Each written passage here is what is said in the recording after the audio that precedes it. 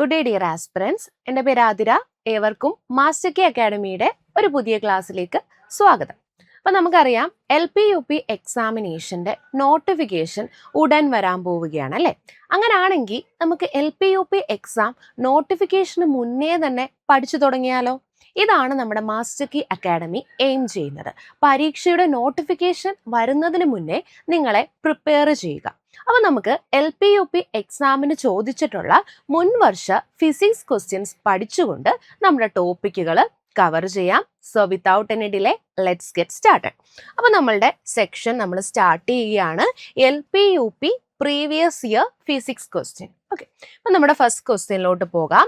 ഒന്നാമത്തെ ചോദ്യം ഇതാണ്: അന്തരീക്ഷ ഊഷ്മാവിൽ ദ്രാവക അവസ്ഥയിലുള്ള ഒരു അലോഹ മൂലകമാണ്. ഓക്കെ, നല്ല ക്വസ്റ്റ്യൻ ആണ്, എന്നാൽ കൺഫ്യൂസിങ്ങും ആണ്. ശ്രദ്ധിക്കണം കേട്ടോ.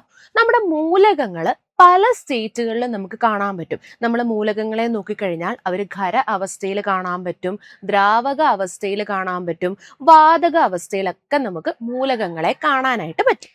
ഇവിടെ നമ്മളോട് ചോദിച്ചിരിക്കുന്ന ക്വസ്റ്റ്യൻ ഇതാണ്: അന്തരീക്ഷ ഊഷ്മാവിൽ, നമ്മുടെ അന്തരീക്ഷത്തിലെ ഊഷ്മാവില് ദ്രാവക അവസ്ഥയിലാകുന്ന, ലിക്വിഡ് സ്റ്റേറ്റിലാകുന്ന അലോഹ മൂലകം ഏത്? നോൺ മെറ്റൽ ഏതാണ്?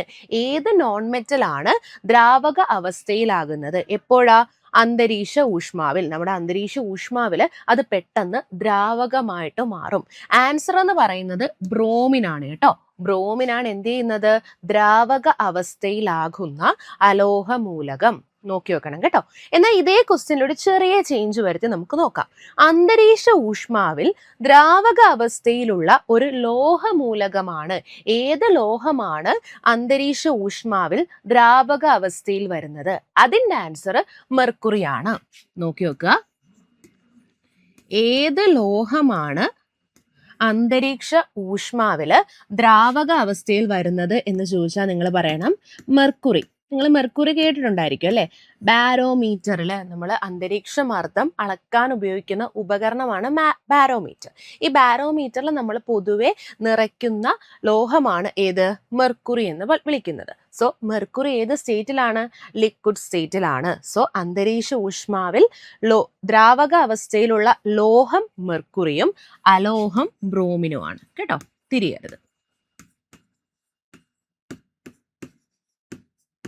രണ്ടും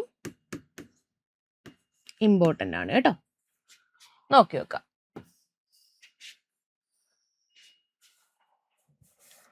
ഓക്കെ, ഇനിതായി ഓപ്ഷൻ സി നോക്കിയേ. ഗാലിയം. ഗാലിയത്തിനെ പറ്റി നമ്മുടെ ടെക്സ്റ്റിൽ കൊടുത്തിരിക്കുന്ന ഒരു സ്റ്റേറ്റ്മെന്റ് ആണ്: കയ്യിൽ വെച്ചാൽ ഉരുകിപ്പോകുന്ന ലോഹം. ഇമ്പോർട്ടൻ്റ് ആണ്. കയ്യിൽ വെച്ചാൽ ഉരുകിപ്പോകുന്ന ലോഹം ഏത്? ഗാലിയം. ആ സ്റ്റേറ്റ്മെന്റ് ഒന്ന് ഓർക്കണേ.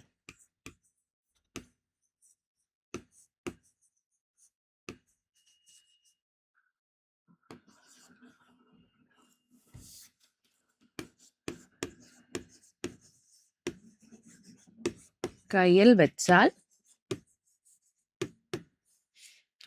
ഉരുകിപ്പോകുന്ന ലോഹം.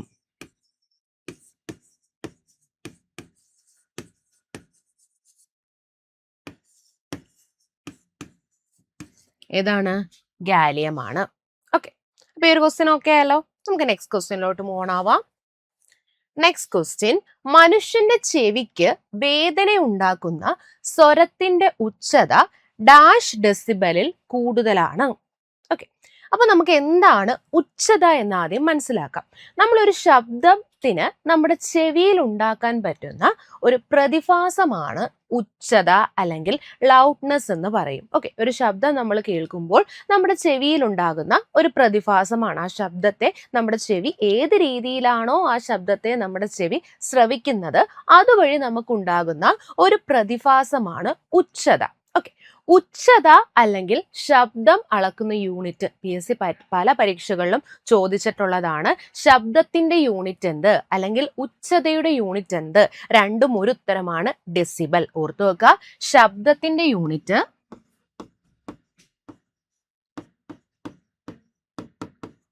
ഉച്ചതയുടെ യൂണിറ്റ്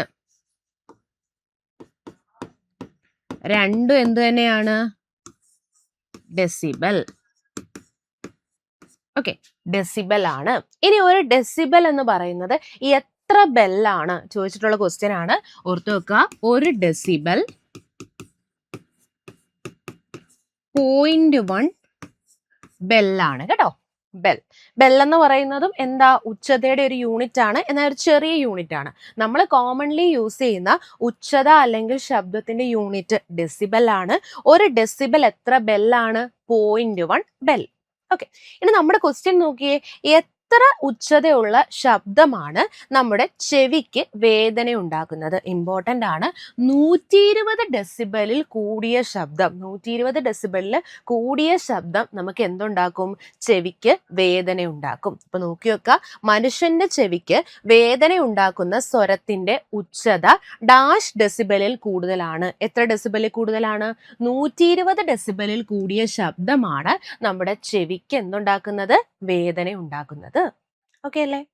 ഓക്കെ, അടുത്തത് നോക്കിയേ, സൈക്കിൾ ചക്രത്തിന്റെ ആക്സിലിൽ എണ്ണയിടുന്നത് എന്തിനാണ്? ഓക്കെ, അപ്പൊ നമ്മളിവിടെ കർഷണ ബലം കുറയ്ക്കാൻ എന്നതാണ് ആൻസർ. അപ്പൊ എന്താണ് കർഷണ ബലം? കർഷണ ബലം എങ്ങനെയൊക്കെ കുറയ്ക്കാം എന്നതിനെ പറ്റി നമുക്കൊന്ന് നോക്കാം. കർഷണ ബലം എന്ന് പറഞ്ഞാൽ ഏതെങ്കിലും ഒരു വസ്തു ചലിക്കുന്ന സമയത്ത് അതിൻ്റെ ചലന ദിശയ്ക്ക് എതിർ ദിശയിൽ ഉണ്ടാകുന്ന ബലത്തെയാണ് നമ്മൾ പൊതുവെ കർഷണ ബലം എന്ന് പറയുന്നത്. ഫോർ എക്സാമ്പിൾ, ദാ ഇവിടെ ഒരു വസ്തു, ഞാനൊരു ചെറിയ റെക്റ്റാങ്കിൾ ഷേപ്പിലുള്ള ഒരു ബ്ലോക്ക്, ഒരു കട്ട എടുത്തു. ഓക്കെ, അപ്പൊ ഈ കട്ട ഞാൻ ദാ ഇവിടെ ഒരു പ്രതലത്തിൽ ഇരിക്കുവാണ് ഈ കട്ട. അപ്പൊ ഞാൻ എന്ത് ചെയ്യാൻ പോവാണ്? ഈ കട്ടയിലേക്ക് ഒരു ചെറിയ ബലം കൊടുക്കുകയാണ്. ദാ ഞാൻ ഈ വസ്തുവിലേക്ക് ഇങ്ങനെ ഒരു ബലം കൊടുത്തു. അപ്പൊ നമുക്കറിയാലോ, നമ്മളൊരു ബലം കൊടുത്ത ആ വസ്തു എന്ത് ചെയ്യും? ചലിക്കാൻ തുടങ്ങും. ഇവിടെ ഇരിക്കുന്ന വസ്തുവിന് ചെറിയൊരു സ്ഥാനമാറ്റം സംഭവിച്ച് അത് ഈ ഒരു പൊസിഷനിലോട്ട് വരുന്നു എന്ന് വിചാരിക്കാം. ഓക്കെ, അപ്പൊ ഈ വസ്തുവിന്റെ ചലനദിശ എങ്ങോട്ടാ? നിങ്ങൾ പറഞ്ഞ ഏത് ദിശയിലാ ചലിക്കുന്നത്? ഇങ്ങോട്ടല്ലേ? ഈ ദിശയിലല്ലേ വസ്തു പോകുന്നത്? ഈ ചലനദിശയ്ക്ക് എതിർ ദിശയിൽ ഉണ്ടാകുന്ന വസ്തുവിന്റെ ചലനദിശയ്ക്ക് എതിർ ദിശയിൽ, അപ്പൊ ചലനദിശ ഇങ്ങോട്ട്, എതിർ ദിശ എന്ന് പറയുമ്പോൾ ദാ ഇങ്ങനെ. ഓക്കെ, അപ്പം വസ്തുവിന്റെ ചലനദിശയ്ക്ക് എതിർ ദിശയിൽ പിന്നെ എങ്ങനെയാ ഈ ബലം വന്നിരിക്കുന്നത്? സമാന്തരമായിട്ടല്ലേ, പാരലായിട്ടല്ലേ, ദാ ഇങ്ങനെ പാരലായിട്ടല്ലേ, പാരലൽ ലൈൻ പോലെയല്ലേ എന്ത് വന്നിരിക്കുന്നത്? നമ്മുടെ ഇവിടെ ബലം വന്നിരിക്കുന്നത്. ഓക്കെ, അപ്പോൾ ഒരു വസ്തുവിന്റെ ചലന ദിശയ്ക്ക് എതിർ ദിശയിൽ സമാന്തരമായി വരുന്ന ബലത്തെയാണ് നമ്മൾ കർഷണ ബലം അല്ലെങ്കിൽ ഫ്രിക്ഷണൽ ഫോഴ്സ് എന്ന് പറയുന്നത്. അപ്പൊ ഇതാണ് നമ്മുടെ കർഷണ ബലം ഇവിടുത്തെ. ഓക്കെ, അപ്പോൾ കർഷണ ബലം. ഓക്കെ, മനസ്സിലായോ?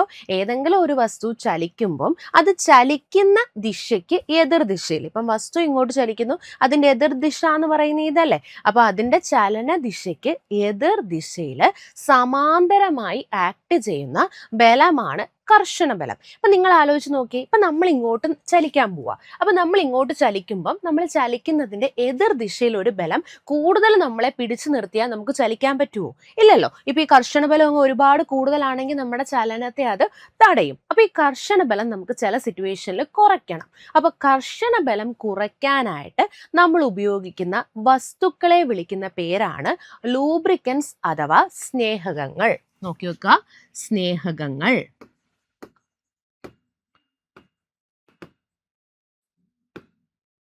ഓക്കെ, അപ്പൊ സ്നേഹകങ്ങൾ എന്തിനു വേണ്ടി ഉപയോഗിക്കുന്നതാണ്?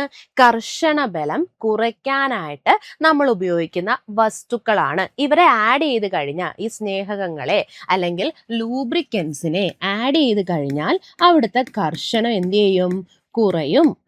ഓക്കെ, ലൂബ്രിക്കൻസ് അതിന് ഉദാഹരണമാണ് എണ്ണ. ഓക്കെ, എണ്ണ ഉദാഹരണമാണ്, മണ്ണെണ്ണ ഉദാഹരണമാണ്,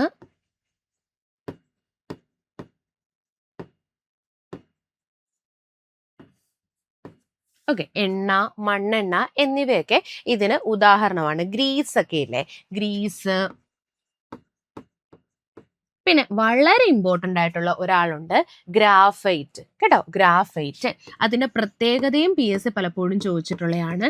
ഖര അവസ്ഥയിലുള്ള സ്നേഹകമാണ്. ഏത് സ്റ്റേറ്റിലായിരിക്കും ഗ്രാഫൈറ്റ്?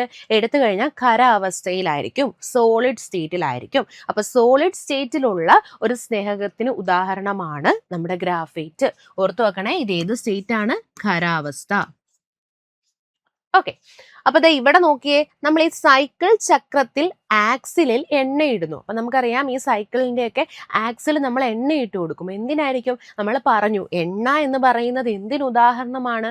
ഒരു സ്നേഹകത്തിന് ഉദാഹരണമാണ്. സ്നേഹകങ്ങൾ പൊതുവെ ഒരു വസ്തുവിൽ ഉണ്ടാകുന്ന കർഷണ ബലത്തെ കുറയ്ക്കുന്നവരെയാണ് നമ്മൾ സ്നേഹകങ്ങൾ എന്ന് വിളിക്കുന്നത്. അതിന് ഉദാഹരണമാണ് എണ്ണ, ഗ്രീസ്, മണ്ണെണ്ണ, ഗ്രാഫൈറ്റ്. ഗ്രാഫൈറ്റ് ഓർത്തു നോക്കണം, ഖരാവസ്ഥയിലുള്ള ഒരു സ്നേഹകത്തിന് ഉദാഹരണമാണ് ഗ്രാഫൈറ്റ്. ഓക്കെ അല്ലേ? അപ്പൊ ഇവിടെ നമ്മൾ എണ്ണ ഇട്ട് കൊടുക്കുമ്പം എന്ത് പറ്റും? നമ്മുടെ സൈക്കിളിന്റെ ഒക്കെ ആക്സിലിൽ എണ്ണ ഇട്ട് കൊടുക്കുമ്പോൾ അവിടുത്തെ കർഷണ ബലം എന്ത് ചെയ്യാൻ പറ്റും? കുറയ്ക്കാൻ പറ്റും. ഓക്കെ, ഇനി നിങ്ങൾ ആ ഓപ്ഷൻ ബി നോക്കിയേ, വിസ്കസ് ബലം. അപ്പൊ എന്താണ് വിസ്കസ് ബലം എന്നും മനസ്സിലാക്കണം. നമ്മൾ നോർമലി കർഷണ ബലത്തെ പറ്റി പറയുമ്പോൾ കർഷണ ബലം നമ്മൾ പൊതുവെ ഖരപദാർത്ഥങ്ങളിലാണ് കർഷണ ബലം എന്നുള്ള ഒരു ബലത്തെ നമുക്ക് കാണാൻ പറ്റുന്നത്.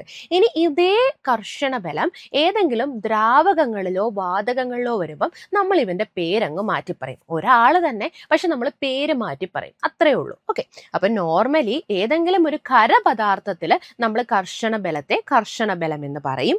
എന്നാൽ ഒരു ദ്രാവകത്തിലോ അല്ലെങ്കിൽ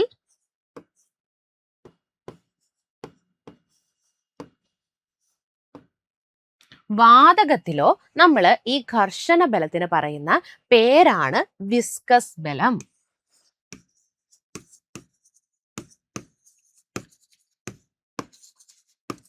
അപ്പൊ എന്തായിരിക്കും വിസ്കസ് ബലം? വിസ്കസ് ബലം എന്ന് പറഞ്ഞാൽ കർഷണ ബലം തന്നെയാണ്. ഏതെങ്കിലും ഒരു വസ്തു ചലിക്കുമ്പം അതിന്റെ ചലന ദിശയിൽ എതിർ ദിശയിൽ ഉണ്ടാകുന്ന ബലമാണ്. അതെപ്പോഴും സമാന്തരമായിരിക്കും. ഓക്കെ, ഈ കർഷണ ബലം ദ്രാവകത്തിലോ വാതകത്തിലോ വന്നു കഴിഞ്ഞാൽ നമ്മൾ അവരെ കർഷണ ബലം എന്ന് വിളിക്കില്ല. അവരെ നമ്മൾ വിളിക്കുന്ന പുതിയ പേരാണ് വിസ്കസ് ബലം. ഓക്കെ ആണോ? ഓക്കെ, അപ്പൊ ഈ ഒരു ക്വസ്റ്റ്യൻ ഓക്കെ ആയാലോ? ക്വസ്റ്റ്യൻ ഇതായിരുന്നു, സൈക്കിൾ ചക്രത്തിന്റെ ആക്സിലിൽ എണ്ണയിടുന്നത് എന്തിനാണ്? എന്തിനാണ്? കർഷണ ബലം കുറയ്ക്കാനാണ്. ഓക്കെ, നെക്സ്റ്റ് ക്വസ്റ്റ്യൻ നോക്കാം. കൂട്ടത്തിൽ പെടാത്തത് ഏത്? ഇതിനകത്തുള്ള ഓഡ് വൺ ഔട്ട് ആണ് നമ്മളോട് ചോദിച്ചിരിക്കുന്നത്. വളരെ സിമ്പിൾ ആയിട്ടുള്ള ക്വസ്റ്റ്യൻ ആണ്, എപ്പോഴും ചോദിക്കുന്ന ചോദ്യവുമാണ്. സ്ഥാനാന്തരം, ത്വരണം, വേഗം, പ്രവേഗം.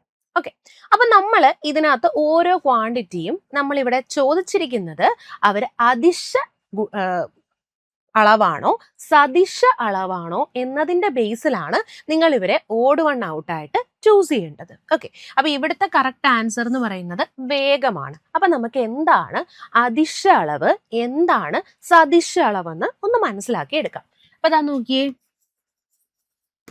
അദിശ അളവ്, സദിശ അളവ്.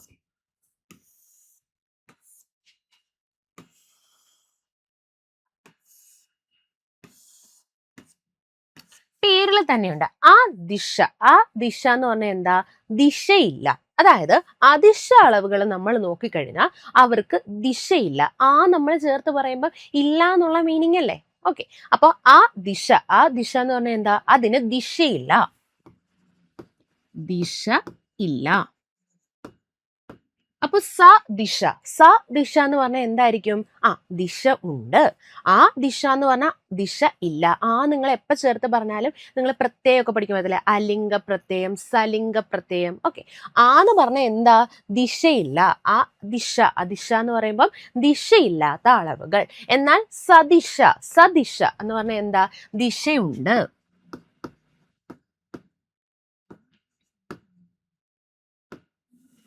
ഓക്കെ, ദിശയുണ്ട്. ഇനി അദിശ അളവിനും സദിശ അളവിനും കോമൺ ആയിട്ട് നമ്മൾ പറയുന്ന ഒരു കാര്യമാണ് പരിമാണമുണ്ട്. പരിമാണം എന്ന് പറഞ്ഞാൽ അളവുണ്ട്. പരിമാണമുണ്ട്. എന്തുണ്ട്? പരിമാണം എന്ന് വെച്ചാൽ അളവാണ് കേട്ടോ, അളവ്. നമ്മള് ഒന്നുമില്ല, ഈ പരിമാണം എന്ന് വെച്ചാൽ അളവ് എന്ന് വെച്ചാൽ നമ്മളിപ്പോൾ എന്തെങ്കിലും, ഇപ്പം ഞാനൊരു വസ്തുവിൻ്റെ മാസ് അളന്നു. ഓക്കെ, അപ്പം മാസ് അളന്നപ്പം എനിക്ക് 10 കിലോഗ്രാം എന്ന് കിട്ടി. ഓക്കെ, ഞാനൊരു വസ്തുവിനെ അളന്ന് നോക്കിയപ്പം, അതിനെ ഒന്ന് വെയിറ്റ് ചെയ്ത് നോക്കിയപ്പം എനിക്ക് 10 കിലോഗ്രാം ആണ് അതിൻ്റെ മാസ് കിട്ടിയത്. ഓക്കെ, അങ്ങനെയാണ് ഈ 10 എന്നുള്ള ഈ നമ്പറില്ലേ, ഈ നമ്പറിനെയാണ് നമ്മൾ ഇവിടുത്തെ അളവ് അല്ലെങ്കിൽ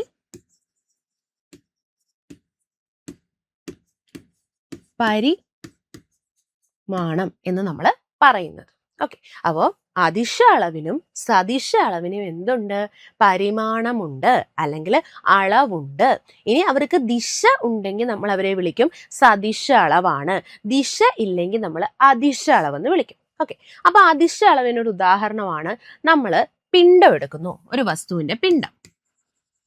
ഓക്കെ, അപ്പൊ നമ്മളിതാ ഇപ്പം ഞാനൊരു വസ്തുവിന്റെ പിണ്ഡം അളന്നപ്പോൾ ആണ് എനിക്ക് 10 കിലോഗ്രാം കിട്ടിയത്. എനിക്ക് പറയാൻ പറ്റുമോ ഈ 10 കിലോഗ്രാമിന് ഇന്ന ദിശയിലാണെന്ന്? തെക്കോട്ടാണ് ഈ 10 കിലോഗ്രാം, അല്ലെ വടക്കോട്ടാണ് ഈ 10 കിലോഗ്രാം, അല്ലെ കിഴക്കോട്ടാണ് ഈ 10 കിലോഗ്രാം എന്ന് നമുക്ക് ദിശ പറയാൻ പറ്റുമോ? ഇല്ല. അതുകൊണ്ട് ഇത് എന്ത് അളവാണ്? ഇതൊരു അദിശ അളവാണ്. എന്നാൽ നമ്മളൊരു ബലം നോക്കിയേ, ഒരു വസ്തുവിലോട്ട് നമ്മൾ ബലം പ്രയോഗിക്കുന്ന സമയത്ത് നമുക്ക് കൃത്യമായിട്ട് അതിന്റെ ദിശ പറയാം. ഇപ്പൊ തെക്കോട്ടാണ് അല്ലെങ്കിൽ വടക്കോട്ടാണ്, ഈ ദിശയിലാണ് ബലം പ്രവർത്തിക്കുന്നത് എന്ന് നമുക്ക് ദിശ പറയാൻ പറ്റും. അതുകൊണ്ട് ബലം ഒരു സദിശ അളവാണ്. ഓക്കെ, ഇനി നിങ്ങൾ കുറച്ച് ക്വാണ്ടിറ്റി അദിശവും സദിശവുമായിട്ട് കോമൺ ആയിട്ട് അങ്ങ് പഠിച്ചു വെക്കുക. കാരണം ഇത് എപ്പോഴും PSC എല്ലാ പരീക്ഷകൾക്കും മാറിയും തിരിഞ്ഞും ചോദിക്കാറുള്ളത്. അപ്പൊ ആ ഒരു ലിസ്റ്റ് ജസ്റ്റ് ഒന്ന് നോക്കി വെക്കുക. അദിശത്തിൽ വരുന്ന അളവുകളാണ്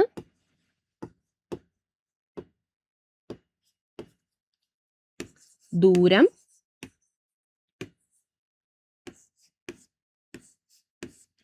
വേഗത. നോക്കി വെക്കണേ, അദിശ അളവുകൾക്ക് ഉദാഹരണമാണ് ദൂരവും വേഗതയും. ഓക്കെ, ഇനി സദിശ അളവിന് ഉദാഹരണമാണ്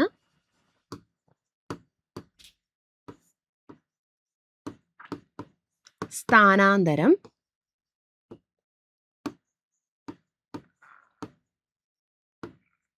ത്വരണം, പ്രവേഗം. ഇത് മൂന്നും ഇതങ്ങ് പഠിച്ചു വെക്കണം കേട്ടോ. അദിശ അളവ്, ദിശയില്ലാത്ത അളവുകളാണ് ദൂരം, വേഗത, ദൂരവും വേഗതയും. സദിശ അളവ് എന്ന് പറയുമ്പോൾ ഏതൊക്കെ വരും? സ്ഥാനാന്തരം വരും, ത്വരണം വരും, പ്രവേഗം വരും. നിങ്ങൾ അത് ജസ്റ്റ് ഒന്ന് അതങ്ങ് ബൈഹാർട്ട് ചെയ്തങ്ങ് പഠിച്ചു വെക്കുക കേട്ടോ. അപ്പൊ അദിശ അളവുകൾ ഏതൊക്കെയാണ്? ദൂരം അതൊരു അദിശ അളവാണ്, വേഗത ഒരു അദിശ അളവാണ്. ഇവിടെ ഒന്നും തന്നെ നമുക്ക് ദിശ പറയാൻ പറ്റില്ല. ഓക്കെ, എന്നാൽ സദിശ അളവിന് ഉദാഹരണം ഏതൊക്കെയാണ്? സ്ഥാനാന്തരം, സ്ഥാനാന്തരത്തിന് നമുക്ക് ദിശ പറയാൻ പറ്റും. ത്വരണം ദിശ പറയാൻ പറ്റും. പ്രവേഗം ദിശ പറയാൻ പറ്റും. ഓക്കെ, അപ്പൊ ഇവിടെ നോക്കിയേ, സ്ഥാനാന്തരം നമ്മൾ കണ്ടു, സ്ഥാനാന്തരത്തിന് ദിശയുള്ള അളവാണ്. അപ്പൊ ഇതൊരു സദിശ അളവാണ്. ത്വരണം, ത്വരണം എന്താണ്? ഒരു സദിശ അളവാണ്. പ്രവേഗം, പ്രവേഗത്തിനും ദിശയുണ്ട്, സദിശം. എന്നാൽ നോക്കിയേ, വേഗം എന്തളവാണ്? അദിശ അളവാണ്. അതുകൊണ്ടാണ് ഇവിടെ ഓഡ് വൺ ഔട്ടായിട്ട് എന്ത് വന്നത്? നമ്മുടെ വേഗം ആൻസർ ആയിട്ട് വന്നത്. ഓക്കെ അല്ലേ ക്വസ്റ്റ്യൻ? ഓക്കെ, ഈ ഒരു 5 ടേംസ് എപ്പോഴും നോക്കുക കേട്ടോ. മിക്കവാറും പരീക്ഷകളിൽ PSC ചോദിച്ചിട്ടുള്ളത് ഈ ഓപ്ഷൻസ് ഒക്കെ തന്നെ ആയിരിക്കും. ദൂരം, വേഗത, സ്ഥാനാന്തരം, ത്വരണം, പ്രവേഗം. ഇതാണ് പൊതുവെ സദിശവും അദിശവും വെച്ച് ചോദിച്ചു കണ്ടിട്ടുള്ളത്. ഇതൊന്ന് നോക്കി വെക്കാം. ഓക്കെ, അടുത്തത് നോക്കാം. ഒരു ബഹിരാകാശ സഞ്ചാരി കാണുന്ന ആകാശത്തിന്റെ നിറമെന്ത്? അപ്പോൾ ഏത് നിറത്തിലായിരിക്കും ഒരു ബഹിരാകാശ സഞ്ചാരി ആകാശത്തെ കാണുന്നത്? ഇതാണ് നമ്മുടെ ക്വസ്റ്റ്യൻ. നല്ല ക്വസ്റ്റ്യൻ ആണേ. നമ്മള് യൂഷ്വലി, ഇപ്പൊ നിങ്ങൾ ശ്രദ്ധിച്ചേ, നമ്മൾ യൂഷ്വലി ആകാശത്തെ കാണുന്ന ഏത് നിറത്തിലാണ്? നമ്മൾ എല്ലാവരും നോക്കുമ്പം ആകാശം കാണുന്നത് ഏത് നിറത്തിലായിരിക്കും? നീല നിറത്തിലാണ്. എന്തുകൊണ്ടാണ് ആകാശത്തെ നമ്മൾ നീല നിറത്തിലാണ് കാണുന്നത്? അതിന് പിന്നിലെ പ്രതിഭാസം ഏതാണ്? ഒന്നോർത്തെ, യൂഷ്വലി നമ്മൾ ആകാശത്തെ കാണുന്നത് നീല നിറമാണ്. ആകാശത്തിന്റെ നീല നിറം, അല്ലെങ്കിൽ നമ്മൾ കടലിന്റെ നീല നിറം അല്ലേ, ആകാശത്തിന്റെ നീല നിറം, കടലിന്റെ നീല നിറം എന്നതിന് കാരണമായ പ്രതിഭാസമാണ് വിസരണം അല്ലെങ്കിൽ സ്കാറ്ററിംഗ് എന്ന് പറയും. ഓർത്തു വെക്കണം.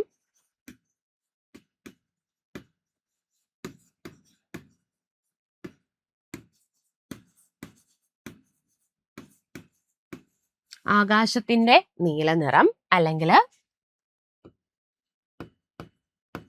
കടലിന്റെ നീല നിറം, ഇതിന് കാരണമായിട്ടുള്ള പ്രതിഭാസം ഏതാണ്? വിസരണം അഥവാ സ്കാറ്ററിംഗ്. ഓക്കെ, വിസരണം എന്ന് പറഞ്ഞാൽ ഒന്നുമില്ല, നമ്മൾ നമുക്കറിയാം നമ്മുടെ അന്തരീക്ഷത്തിൽ മൊത്തം എന്തുണ്ട്? പൊടിപടലങ്ങളുണ്ട് അല്ലെ? വളരെ സൈസ് കുറഞ്ഞ പൊടിപടലങ്ങളുണ്ട്. അപ്പൊ നിങ്ങൾ ആലോചിച്ച് നോക്കിയേ, ഈ പൊടിപടലങ്ങളിലോട്ട് നമ്മുടെ ഒരു പ്രകാശം, സൂര്യനിൽ നിന്നും വരുന്ന പ്രകാശം വന്ന് തട്ടുമ്പം എന്ത് പറ്റും? ഈ പൊടിപടലങ്ങളിൽ തട്ടി ഈ സൂര്യപ്രകാശം ചിന്നിച്ചിതറും അല്ലെ? ഇപ്പൊ നിങ്ങളൊന്ന് ആലോചിച്ച് നോക്കിയേ, സൂര്യപ്രകാശം വരുന്നു, നമ്മൾ വസ്തുക്കൾ നിൽക്കുന്നു, അപ്പം എന്ത് ചെയ്യും? നമ്മൾ തട്ടി സൂര്യപ്രകാശം അങ്ങോട്ടും ഇങ്ങോട്ടും പോവില്ലേ? അതുപോലെ തന്നെ അന്തരീക്ഷത്തിൽ വളരെ ചെറിയ പൊടിപടലങ്ങളുണ്ട്. ഈ പൊടിപടലങ്ങളിലോട്ട് നമ്മുടെ പ്രകാശം വന്ന് തട്ടുന്നു, അതിനുശേഷം പ്രകാശം പല ദിശകളിലായിട്ട് ചിന്നിച്ചിതറി പോകുന്നത് നമുക്ക് കാണാൻ പറ്റും. അപ്പൊ ഈ ഒരു പ്രതിഭാസത്തെയാണ് നമ്മൾ വിസരണം അല്ലെങ്കിൽ സ്കാറ്ററിംഗ് എന്ന് വിളിക്കുന്നത്. ഓക്കെ, സ്കാറ്ററിംഗ് അല്ലെങ്കിൽ വിസരണം എന്ന് വിളിക്കുന്നുണ്ട്. അപ്പൊ നിങ്ങൾ മനസ്സിലാക്കേണ്ട ഇമ്പോർട്ടൻ്റ് ആയിട്ടുള്ള ഒരു പോയിന്റ് ആണ്, വിസരണവും നമ്മളുടെ വരുന്ന ആ ഒരു തരംഗത്തിന്റെ തരംഗദൈർഘ്യവും തമ്മിൽ ഒരു ബന്ധമുണ്ട്. അത് നിങ്ങൾ മനസ്സിലാക്കുക. ആർക്കാണോ തരംഗദൈർഘ്യം കുറവ് അവർക്ക് എന്ത് കൂടുതലായിരിക്കും? വിസരണം കൂടുതലായിരിക്കും. ഓർത്തു വെക്കുക, തരംഗദൈർഘ്യം കൂടുതലാണെങ്കിൽ വിസരണം കുറവ്. തരംഗദൈർഘ്യവും വിസരണവും വിപരീത അനുപാതത്തിലാണ് കേട്ടോ.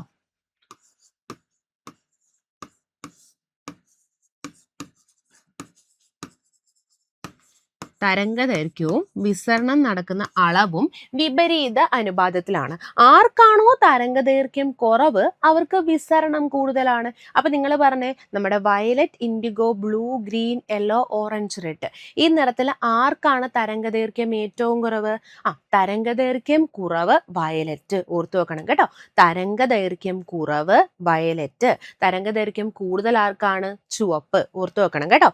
ആ തരംഗദൈർഘ്യം കൂടി വരുന്ന ഓർഡറിലാണ് ആക്ച്വലി നമ്മളുടെ പ്രകാശത്തെ നമ്മൾ അറേഞ്ച് ചെയ്തിരിക്കുന്നത്. പ്രകാശത്തിലെ violet, indigo, blue, green, yellow, orange, red എന്നീ നിറങ്ങളാണുള്ളത്. വയലറ്റിന് തരംഗദൈർഘ്യം കുറവും റെഡിന് തരംഗദൈർഘ്യം കൂടുതലുമായിരിക്കും. ഓക്കെ, അപ്പോൾ വയലറ്റിന് തരംഗദൈർഘ്യം കുറവല്ലേ? ഇവിടെ എന്താ നമ്മൾ കണ്ടേ? തരംഗദൈർഘ്യം കുറവുള്ളവന് എന്ത് കൂടുതൽ? വിസരണത്തിന്റെ റേറ്റ് കൂടുതൽ. അപ്പം വയലറ്റിനല്ലേ തരംഗദൈർഘ്യം കുറവ്, അപ്പൊ എന്ത് പറ്റും? കൂടുതൽ വിസരണം സംഭവിക്കും, കൂടുതൽ രീതിയിൽ സ്കാറ്ററിങ് സംഭവിക്കും. എന്നിട്ട് അന്തരീക്ഷത്തിൽ അവർ എന്ത് ചെയ്യും? പെട്ടെന്ന് വ്യാപിക്കും. അപ്പൊ നമുക്ക് കാണാൻ പറ്റും ഈ വയലറ്റ് അത് കഴിഞ്ഞ തരംഗദൈർഘ്യം ഇച്ചിരിയും കൂടെ കൂടിയ, ഇൻഡിഗോ പിന്നെ ഇത്തിരിയും കൂടെ കൂടിയ നീല, ഈ മൂന്ന് നിറങ്ങൾക്കും നല്ല രീതിയിൽ എന്ത് സംഭവിക്കും? വിസരണം സംഭവിക്കും. അതായത് സൂര്യപ്രകാശം വരുമ്പം ഈ സൂര്യപ്രകാശത്തിൽ ഈ 7 നിറങ്ങളും വരുന്നുണ്ട്. വയലറ്റ് ഉണ്ട്, ഇൻഡിഗോ ഉണ്ട്, ബ്ലൂ ഉണ്ട്, ഗ്രീൻ ഉണ്ട്, യെല്ലോ ഉണ്ട്, ഓറഞ്ച് ഉണ്ട്, റെഡ് ഉണ്ട്. ഇത് 7 നിറങ്ങളും ഇതിനകത്ത് ഒളിഞ്ഞിരിപ്പുണ്ട് നമ്മുടെ സൂര്യപ്രകാശത്തിൽ. അപ്പൊ ഈ സൂര്യപ്രകാശം വരുന്ന സമയത്ത് തരംഗദൈർഘ്യം കുറഞ്ഞ നിറങ്ങളായിട്ടുള്ള വയലറ്റും ഇൻഡിഗോയും ബ്ലൂവും ഒരേപോലെ എന്ത് ചെയ്യുന്നു? ഇവർക്കെല്ലാം ഒരുപോലെ തന്നെ അങ്ങ് സ്കാറ്ററിങ് സംഭവിക്കും, വിസരണം സംഭവിക്കും. കാരണം എന്താ? അവർക്ക് തരംഗദൈർഘ്യം കുറവാ. ഏറ്റവും കൂടുതൽ വിസരണം ആർക്കായിരിക്കും സംഭവിക്കുന്നത്? ഏറ്റവും തരംഗദൈർഘ്യം കുറഞ്ഞ വയലറ്റിനായിരിക്കും ഏറ്റവും കൂടുതൽ വിസരണം സംഭവിക്കുന്നത്. പക്ഷെ നിങ്ങൾ മനസ്സിലാക്കുക, ഈ വയലറ്റ് എന്ന് പറയുന്നത് നമ്മുടെ കണ്ണിന് പെട്ടെന്ന് സ്വീകരിക്കാൻ പറ്റുന്ന ഒരു നിറമല്ല. നിങ്ങളിപ്പോൾ ഒരു വയലറ്റ് കളറിലെ ഡ്രസ്സ് ഇട്ട ഒരാളെ കുറേ നേരം നോക്കി കഴിയുമ്പോൾ നമ്മുടെ കണ്ണിനൊരു വേദന അനുഭവപ്പെടും അല്ലേ? അപ്പോൾ ഈ വയലറ്റ് കണ്ണിന് സ്വീകാര്യമായിട്ടുള്ള ഒരു നിറമല്ല കേട്ടോ. കണ്ണിന് പെട്ടെന്ന് അത് പെർസീവ് ചെയ്യാൻ പറ്റില്ല. അപ്പം നമ്മുടെ കണ്ണ് എന്ത് ചെയ്യും എന്ന് പറഞ്ഞു കഴിഞ്ഞാൽ അത് പെട്ടെന്ന് ഈ ഒരു കളറിനെ നമുക്ക് സെൻസ് ചെയ്യില്ല. അപ്പം നമുക്ക് ഈ വയലറ്റിൻ്റെ തന്നെ ഒരു കടും നിറമാണ് നീലം അല്ലെങ്കിൽ ഇൻഡിഗോ എന്ന് പറയുന്നത്. അപ്പൊ ഈ വയലറ്റും ഇൻഡിഗോയും പെട്ടെന്ന് നമ്മുടെ കണ്ണിലേക്ക് വീഴില്ല. ഇവയ്ക്ക് പകരം ബ്ലൂ ആയിരിക്കും നമ്മുടെ കണ്ണിലേക്ക് വീഴുന്നത്. അതുകൊണ്ടാണ് നമ്മൾ എന്ത് ചെയ്യുന്നത്? ആകാശത്തെ നീല നിറത്തിൽ കാണുന്നത്. ഓക്കെ, അവിടെ ആ ഒരു പോയിന്റ് നിങ്ങൾ മനസ്സിലാക്കണം. വയലറ്റിനാണ് വിസരണം കൂടുതൽ സംഭവിക്കുന്നത്. പക്ഷെ നമ്മുടെ കണ്ണിലോട്ട് അത് പെട്ടെന്ന് നമ്മുടെ കണ്ണിന് ആ നിറം അത്രയും സ്വീകാര്യമല്ല. അതുകൊണ്ട് നമുക്ക് നീല നിറത്തിന് കൂടുതൽ വിസരണം സംഭവിച്ചതായിട്ട് തോന്നി. നമ്മൾ ആകാശത്തെ ഏത് നിറത്തിൽ കാണുന്നു? നീല നിറത്തിൽ കാണുന്നു. അല്ലെങ്കിൽ നമ്മൾ നമ്മുടെ കടലിനെ ഏത് നിറത്തിൽ കാണുന്നു? നീല നിറത്തിൽ കാണും. ഓക്കെ, ഇത് പൊതുവേ ഉള്ള കേസാണ് കേട്ടോ. ആകാശത്തെ നമ്മൾ പൊതുവേ നോക്കിയാൽ നീല നിറത്തിൽ കാണുന്നു. അപ്പൊ ഇവിടെ ചോദ്യം എന്താ? ഒരു ബഹിരാകാശ സഞ്ചാരി കാണുന്ന ആകാശത്തിന്റെ നിറമേത്? അപ്പൊ ബഹിരാകാശ സഞ്ചാരി ഈ ആകാശത്തെ കാണുമ്പോൾ നിങ്ങൾ ആലോചിച്ച് നോക്കിയേ, ബഹിരാകാശത്തിന്റെ പ്രത്യേകത എന്താ? അവിടെ വാക്വം കണ്ടീഷനാണ്, ശൂന്യതയാണ് അല്ലേ? അപ്പൊ അവിടെ എന്തില്ല? കണികകളായിട്ടുള്ള ചെറിയ ചെറിയ ഡസ്റ്റ് പാർട്ടിക്കിൾസ് ഒന്നും അവിടെ ഇല്ല. അവിടെ എന്ത് സംഭവിക്കില്ല? പ്രകാശത്തിന് വിസരണം സംഭവിക്കില്ല. ഓക്കെ, ബഹിരാകാശത്ത് നമ്മുടെ പ്രകാശ ആകാശത്തിന് വിസരണം സംഭവിക്കില്ല. അപ്പൊ നമ്മൾ വിസരണം സംഭവിച്ചാൽ മാത്രമാണ് എന്ത് നിറത്തിൽ കാണുന്നത്? നീല നിറത്തിൽ കാണുന്നത് അല്ലെ. അപ്പൊ ഈ ബഹിരാകാശത്ത് എന്ത് സംഭവിക്കുന്നില്ല? വിസരണം നടക്കുന്നില്ല. വിസരണം നടക്കാത്തത് കൊണ്ട് നമ്മൾ ഏത് നിറത്തിൽ കാണുന്നു? കറുപ്പ് നിറത്തിൽ എന്ത് കാണുന്നുണ്ട്? നമ്മുടെ ആകാശത്തെ കറുപ്പ് നിറത്തിൽ ഒരു ബഹിരാകാശ സഞ്ചാരി കാണുന്നു. അപ്പൊ മനസ്സിലായോ? നോർമലി നമ്മൾ ആകാശം നീല നിറത്തിലാണ് കാണുന്നത്. അതിന് കാരണം അന്തരീക്ഷത്തിൽ വിസരണം നടക്കുന്നു. വിസരണം നടന്നു കഴിഞ്ഞാൽ ഏറ്റവും കൂടുതൽ വിസരണം വയലറ്റ് ആണ്. പക്ഷെ നമ്മൾ നീല നിറത്തിലാണ് എന്ത് ചെയ്യുന്നത്? ആകാശത്തെ കാണുന്നത്. ബഹിരാകാശത്തിൽ വെച്ച് നോക്കുന്ന ഒരു ബഹിരാകാശ സഞ്ചാരിയുടെ കേസിൽ ആ ഒരു ബഹിരാകാശത്ത് എന്ത് സംഭവിക്കുന്നില്ല? വിസരണം അല്ലെങ്കിൽ സ്കാറ്ററിങ് സംഭവിക്കുന്നില്ല. വിസരണം സംഭവിക്കാത്തത് കൊണ്ട് തന്നെ നമുക്ക് എന്ത് ചെയ്യാൻ പറ്റത്തില്ല? നീല നിറത്തിൽ കാണാൻ പറ്റുമോ? ഇല്ല. നമ്മൾ കറുപ്പ് നിറത്തിലായിരിക്കും എന്തിനെ കാണുന്നത്? ആകാശത്തെ കാണുന്നത്. ഓക്കെ ആയ ക്വസ്റ്റ്യൻ ഇതായിരുന്നു.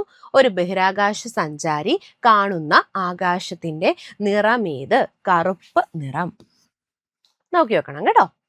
ഓക്കെ,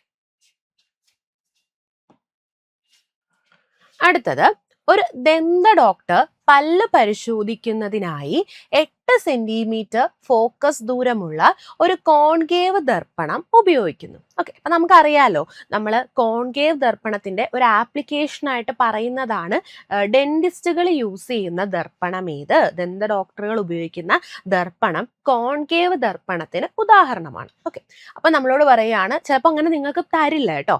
ഒരു ദന്ത ഡോക്ടർ ഒരു ദർപ്പണം ഉപയോഗിച്ച് പരിശോധിക്കുന്നു എന്നേ പറയൂ. അപ്പൊ നിങ്ങളത് മനസ്സിലാക്കണം. ഡെന്റിസ്റ്റുകൾ ഉപയോഗിക്കുന്ന ദർപ്പണമാണ് കോൺകേവ് ദർപ്പണം. കോൺകേവ് ദർപ്പണത്തിന്റെ ആപ്ലിക്കേഷൻ ആണ് ഒന്ന് ഡെന്റിസ്റ്റുകൾ യൂസ് ചെയ്യുന്ന ദർപ്പണം,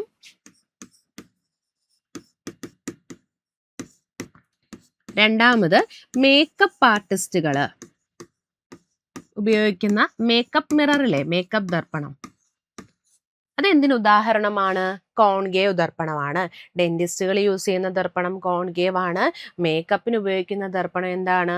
കോൺകേവ് ദർപ്പണമാണ്. ഓക്കെ, അതുപോലെ തന്നെ ഒഫ്താൽമോളജിസ്റ്റുകൾ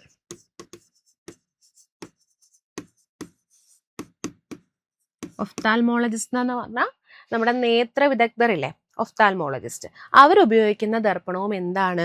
കോൺകേവ് ദർപ്പണമാണ്. ഡെന്റിസ്റ്റുകൾ മേക്കപ്പ് മിററുകളിൽ ഉപയോഗിക്കുന്ന ദർപ്പണം, ഒഫ്താൽമോളജിസ്റ്റുകൾ നേത്ര വിദഗ്ധർ ഉപയോഗിക്കുന്ന ദർപ്പണം ഒക്കെ തന്നെ കോൺകേവ് ദർപ്പണമാണ്. അപ്പൊ നമ്മളോട് പറയുകയാണ് 8 സെന്റിമീറ്റർ ആണ് ഈ കോൺകേവ് ദർപ്പണത്തിന്റെ ഫോക്കൽ ദൂരം. ഓക്കെ, അപ്പൊ നമ്മൾ ദർപ്പണങ്ങൾ മെയിൻലി കോൺകേവും ഉണ്ട് കോൺവെക്സും ഉണ്ട്. അത് നമ്മൾ എങ്ങനെയാ തിരിച്ചറിയുന്നത്? ദർപ്പണങ്ങളെ നമ്മൾ കോൺകേവ് എന്നോ കോൺവെക്സ് എന്നോ തിരിച്ചറിയുന്നത് ആ ദർപ്പണങ്ങളിലെ നമ്മളൊന്ന് തൊട്ട് നോക്കിയാൽ തന്നെ നിങ്ങൾക്ക് കോൺകേവ് ആണോ കോൺവെക്സ് ആണോ എന്ന് മനസ്സിലാക്കാം. ഇത് എളുപ്പത്തിൽ മനസ്സിലാക്കാൻ നമ്മൾ പറയുന്നത്, നമ്മളൊരു സ്പൂൺ എടുത്തു കഴിഞ്ഞാൽ, നിങ്ങളൊരു സ്പൂൺ എടുത്ത് കയ്യിൽ വെച്ചാൽ നിങ്ങൾക്കറിയാം സ്പൂണിൻ്റെ ഒരു കുഴിഞ്ഞ വശവും ഉണ്ട്, ഒരു ഉന്തിയ വശവും ഉണ്ട് അല്ലേ. നമ്മൾ യൂഷ്വലി വീടുകളിൽ ഉപയോഗിക്കുന്ന ഒരു സ്പൂൺ എടുത്താൽ അകവശം കുഴിഞ്ഞിരിക്കും, പുറവശം ദാ ഉന്തിയിരിക്കും. അപ്പൊ ഇവിടെ ഇങ്ങനെ കുഴിഞ്ഞിരിക്കുന്ന വശമില്ലേ, ഇങ്ങനെ കുഴിഞ്ഞിരിക്കുന്ന ദർപ്പണങ്ങളെ നമ്മൾ വിളിക്കുന്ന പേരാണ് കോൺകേവ് ദർപ്പണം. അതായത് കോൺകേവ് ദർപ്പണം എടുത്താൽ അതിങ്ങനെ ഇരിക്കും, ഇങ്ങനെ കുഴിഞ്ഞിരിക്കുമായിരിക്കും. ഇങ്ങനെ ഇരിക്കുന്ന ദർപ്പണങ്ങളാണ് കേട്ടോ കുഴിഞ്ഞിരിക്കുന്ന ദർപ്പണം. അങ്ങനെ നമ്മൾ സ്പൂണിന്റെ അകവശം ആലോചിച്ചാൽ മതി. സ്പൂണിന്റെ അകവശം എല്ലായ്പ്പോഴും ഒരു കോൺകേവ് ദർപ്പണത്തെ പോലാണ് ആക്ട് ചെയ്യുന്നത്. അകവശം കുഴിഞ്ഞിരിക്കും. ഓക്കെ, അപ്പൊ ഇത്തരത്തിലുള്ള ദർപ്പണങ്ങളാണ് കോൺകേവ് ദർപ്പണങ്ങൾ. എന്നാൽ ഇവിടെ ഉന്തിയിരിക്കുന്ന ഒരു ദർപ്പണം കണ്ടോ, ഇങ്ങനെ പുറത്തോട്ടിരിക്കും, നമ്മളെ സ്പൂണിന്റെ പുറഭാഗം നോക്കിയാൽ നല്ല ഉന്തിയിരിക്കുമല്ലേ. ഇത്തരത്തിലുള്ള ദർപ്പണങ്ങളാണ് കോൺവെക്സ് ദർപ്പണം. ഓക്കെ, അപ്പൊ കോൺകേവ് ദർപ്പണം എന്താ? നമ്മുടെ സ്പൂണിന്റെ അകവശം. ഓക്കെ, അകവശം എങ്ങനെ ഇരിക്കും? കുഴിഞ്ഞിരിക്കും. ഓക്കെ, എന്നാൽ ഒരു സ്പൂണിന്റെ പുറവശം നോക്കിയാൽ എങ്ങനെ ഇരിക്കും? പുറവശം ഉന്തിയാണ് ഇരിക്കുന്നത്. അപ്പൊ അത് എന്ത് ദർപ്പണമാണ്? കോൺവെക്സ് ദർപ്പണം. ഇങ്ങനെ 2 തരം ദർപ്പണങ്ങളുണ്ട്. അപ്പൊ ഈ ദർപ്പണങ്ങളുടെ ഫോക്കൽ ദൂരം തന്നിരിക്കുന്നു. ഫോക്കൽ ദൂരം എത്ര തന്നിരിക്കുന്നത്? 8 സെന്റിമീറ്റർ.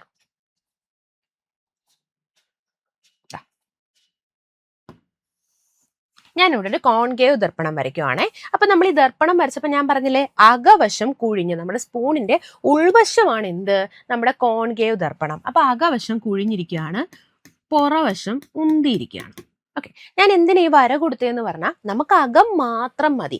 അകവശം കുഴിഞ്ഞിരിക്കുന്ന ദർപ്പണമാണ് കോൺകേവ്. ഓക്കെ, അപ്പൊ അതിന്റെ പുറത്ത് എന്ത് നടക്കത്തില്ല? പ്രതിഫലനം നടക്കില്ല, റിഫ്ലക്ഷൻ നടക്കില്ല. അകം മാത്രം മതി നമുക്ക്. നമ്മുടെ സ്പൂണിന്റെ അകവശമല്ലേ കോൺകേവ്, അപ്പൊ നമുക്ക് അകവശം മാത്രം മതി. പുറവശം വേണോ? വേണ്ട. വേണ്ടാത്തോണ്ട് നമ്മളൊരു വര വരച്ചു കൊടുത്തു. അങ്ങനെയെങ്കിലും ആലോചിച്ച് നോക്കുക കേട്ടോ. അപ്പൊ ഇതിൽ നിന്ന് നിങ്ങൾ മനസ്സിലാക്കേണ്ടത് അകത്ത് മാത്രമേ പ്രതിഫലനം നടക്കൂ. എല്ലാ കാര്യങ്ങളും ഈ കോൺകേവ് ദർപ്പണത്തിൽ അകത്താ നടക്കുന്നത്. ഒരു ലൈറ്റ് വന്ന് വീഴുന്നതും പ്രതിഫലിക്കുന്നതും എല്ലാം നടക്കുന്നത് അകത്താ. ഓക്കെ, അപ്പൊ നമ്മൾ ഈ ദർപ്പണം എടുത്തു കഴിഞ്ഞാൽ ദർപ്പണത്തിന് ഇതാ ഒരു സെന്റർ പോയിന്റ് കാണും. ഓക്കെ, ഇതിനെ നമ്മൾ വിളിക്കുന്ന പേരാണ് പോള്. എന്തെന്ന് വിളിക്കും? പോളെന്ന് വിളിക്കും. ഓക്കെ, ഇനി നിങ്ങൾ നോക്കിയേ, ഈ ദർപ്പണത്തെ ഞാൻ ഇങ്ങനെ നീട്ടി വരച്ചാൽ എനിക്ക് എന്ത് കിട്ടും? ഒരു ഗോളം കിട്ടില്ലേ? ഇത് നമുക്ക് ഒരു ബോർഡിൽ വരയ്ക്കുമ്പോൾ നിങ്ങൾക്ക് വൃത്തമായിട്ട് തോന്നും, പക്ഷെ ഇത് യഥാർത്ഥത്തിൽ ഒരു 3 ഡയമെൻഷനിലാണ് വരയ്ക്കേണ്ടത്. അപ്പൊ നമുക്ക് എന്ത് ചെയ്യും? വൃത്തത്തിന്റെ 3D ഫോം ആണ് എന്ത്? ഗോളം എന്ന് പറയുന്നത് അല്ലേ? അപ്പൊ നമുക്ക് ഇപ്പൊ ഒരു വൃത്തമാണ് കിട്ടുന്നത്. അപ്പൊ യഥാർത്ഥത്തിൽ എന്താ? ഇതൊരു ഗോളമാണ്. അപ്പൊ നമുക്ക് മനസ്സിലാക്കാം, ഒരു ഗോളത്തിൽ നിന്നാണ് ഈ ദർപ്പണത്തെ കട്ട് ചെയ്തത്. അതുകൊണ്ട് ഈ ദർപ്പണം എന്താണ്? ഒരു ഗോളീയ ദർപ്പണമാണ്. കാരണം ഇതൊരു ഗോളത്തിന്റെ ഭാഗമായിരുന്നു, അതിൽ നിന്ന് കട്ട് ചെയ്ത് നമ്മൾ എടുത്തേ. അതുകൊണ്ട് ഈ ദർപ്പണത്തെ നമുക്ക് എന്ത് വിളിക്കാം? ഗോളീയ ദർപ്പണം എന്ന് വിളിക്കാം. ഓക്കെ, അപ്പൊ ഈ ദർപ്പണത്തിന് നമുക്കറിയാം, ഈ ഗോളത്തിനൊരു കേന്ദ്രമുണ്ട്, വൃത്തത്തിന് ഒരു കേന്ദ്രമില്ലേ? അപ്പൊ ഈ കേന്ദ്രത്തെ ഞാൻ എന്താ സി എന്ന് കൊടുത്തു. സി. ഓക്കെ, അപ്പൊ ഈ സിയെ നമ്മൾ വിളിക്കുന്ന പേരാണ് വക്രത കേന്ദ്രം. വക്രത കേന്ദ്രം. ഓക്കെ, വക്രത കേന്ദ്രം. ഇത്രയും മനസ്സിലായോ? ഇനിതാ ഇവരുടെയൊക്കെ ഈ നമ്മുടെ വക്രത കേന്ദ്രത്തിന്റെയും പോളിന്റെയും എക്സാക്ട് സെന്ററിലായിട്ട് ഇവിടെ ഒരു പോയിന്റ് ഉണ്ട്. നമ്മൾ ഇവിടെ ഒരു ജോയിൻ ചെയ്ത ഒരു ലൈൻ വരയ്ക്കുകയാണേ. അപ്പൊ ഒരു ലൈൻ വരയ്ക്കുമ്പം ഈ പോളിന്റെയും വക്രത കേന്ദ്രത്തിന്റെയും എക്സാക്ട് സെന്ററിൽ വരുന്ന ഈ പോയിന്റിനെ നമ്മൾ വിളിക്കുന്ന പേരാണ് ഫോക്കസ്. ഫോക്കസ്. ഫോക്കസ് അല്ലെങ്കിൽ മുഖ്യ ഫോക്കസ്, പ്രിൻസിപ്പൽ ഫോക്കസ് അല്ലെങ്കിൽ മുഖ്യ ഫോക്കസ്. ഓക്കെ, അപ്പൊ ഇത്രയൊക്കെ ആണോ? നമ്മളൊരു ദർപ്പണം എടുത്തു, ദർപ്പണത്തിന്റെ സെന്റർ ആണ് പോള്. ഇനി ഈ ദർപ്പണം എന്ന് പറയുന്നത് എന്തിൽ നിന്ന് നമ്മൾ കട്ട് ചെയ്തു? ഗോളത്തിൽ നിന്ന് കട്ട് ചെയ്തെടുത്തു എന്ന് പറഞ്ഞു അല്ലെ? അപ്പൊ ഈ ഗോളത്തിന്റെ കേന്ദ്രത്തെ നമ്മൾ വിളിക്കും വക്രത കേന്ദ്രം, സെന്റർ ഓഫ് കർവേച്ചർ. ഓക്കെ, ഇനി ഈ വക്രത കേന്ദ്രത്തിന്റെയും പോളിന്റെയും എക്സാക്ട് നടുക്കുള്ള പോയിന്റ് ആണ് ഫോക്കസ്. ഓക്കെ, ഈ ഫോക്കസിന് വേറൊരു ഡെഫിനിഷൻ ഉണ്ട്. അതായത് ഇവിടേക്ക് കുറേ രശ്മികൾ ഇങ്ങനെ സമാന്തരമായിട്ട് ഞാൻ അങ്ങ് വിടുകയാണ്. ഞാൻ ഈ ദർപ്പണത്തിലേക്ക് കുറേ രശ്മിന്റെ ഒരു ലേസർ ഉണ്ട്, അത് വെച്ചിട്ട് ഞാൻ കുറേ രശ്മികൾ ഇങ്ങനെ സമാന്തരമായിട്ട് വിട്ടു. അപ്പൊ എനിക്ക് കാണാൻ പറ്റും ഈ രശ്മി എല്ലാം തന്നെ ഈ നമ്മുടെ ദർപ്പണത്തിൽ വന്ന് ഇടിച്ചതിന് ശേഷം ഈ ഫോക്കസിലൂടെ കടന്നു പോകും. ഈ പോയിന്റ് ആണ് ഫോക്കസ്. ഓക്കെ, നിങ്ങൾക്ക് സിമ്പിൾ രീതിയിൽ പറഞ്ഞു തന്നെ എന്താ? വക്രതാ കേന്ദ്രത്തിന്റെയും പോളിന്റെയും എക്സാക്ട് നടുക്ക് കിടക്കുന്ന പോയിന്റ് ആണ് ഫോക്കസ്. അങ്ങനെയാണ് നമ്മൾ പഠിച്ചത്. യഥാർത്ഥത്തിൽ എങ്ങനെ പറയണം? നമ്മൾ ഈ ഒരു ദർപ്പണത്തിലേക്ക് കുറേ രശ്മികളെ സമാന്തരമായിട്ട് വീഴ്ത്തുന്നു. ഞാൻ കുറേ രശ്മികളെ പാരലായിട്ട് വീഴ്ത്തി. ഇവരെല്ലാം തന്നെ ദർപ്പണത്തിൽ തട്ടിയതിന് ശേഷം നിങ്ങൾ കാണാൻ പറ്റുന്നു, ദർപ്പണത്തിൽ തട്ടിയിട്ട് ഇവരെല്ലാം ഈ ഫോക്കസിലൂടെ തന്നെ കടന്നു പോകും. ഇത്രയൊക്കെയാണോ? ഇനി നിങ്ങൾ നോക്കണം, ഈ ഫോക്കസ് മുതല്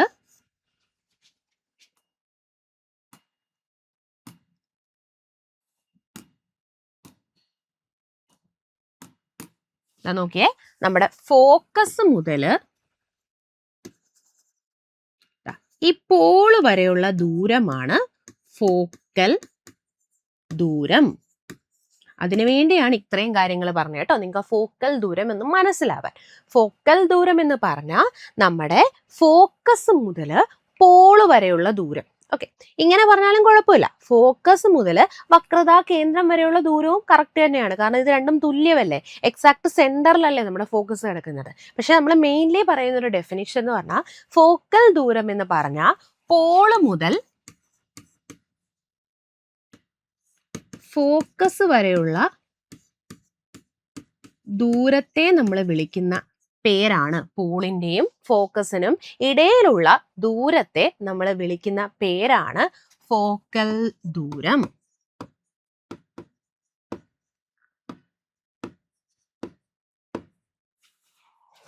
അപ്പൊ ആ ഫോക്കൽ ദൂരത്തിന്റെ ടേം തന്നതുകൊണ്ടാണ് കേട്ടോ നമ്മൾ ഇവിടെ അത് എഴുതിയത്, ജസ്റ്റ് ഒന്ന് പറഞ്ഞത്. ഇപ്പൊ ഒരു കോൺകേവ് ദർപ്പണം ഉണ്ട്, അതിന്റെ ഫോക്കൽ ദൂരം തന്നിരിക്കുന്നു. എത്രയാണ്?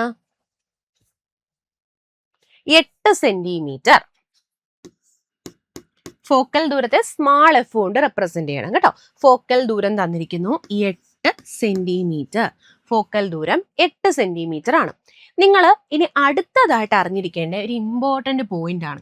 ഇക്കഴിഞ്ഞ സ്റ്റോർ കീപ്പർ മെയിൻസിന്റെ എക്സാമിനും ഇതേപോലൊരു ക്വസ്റ്റ്യൻ ഉണ്ടായിരുന്നു. അത് ഫോക്കൽ ദൂരത്തിന് നെഗറ്റീവ് പോസിറ്റീവ് വാല്യൂ വരും. അത് നിങ്ങളൊന്ന് അറിഞ്ഞിരിക്കണം. എപ്പോഴും ഓർക്കുക, കോൺകേവ് എന്ന് നിങ്ങൾ എവിടെ കാണുന്നു? ദർപ്പണമായിക്കോട്ടെ ലെൻസ് ആയിക്കോട്ടെ, രണ്ടിനും സെയിമാ. നിങ്ങൾ കോൺകേവ് എന്ന് കണ്ടു, ഇത് ലെൻസ് ആയാലും മിറർ ആയാലും രണ്ടിനും ഇത് ബാധകമാണ് കേട്ടോ.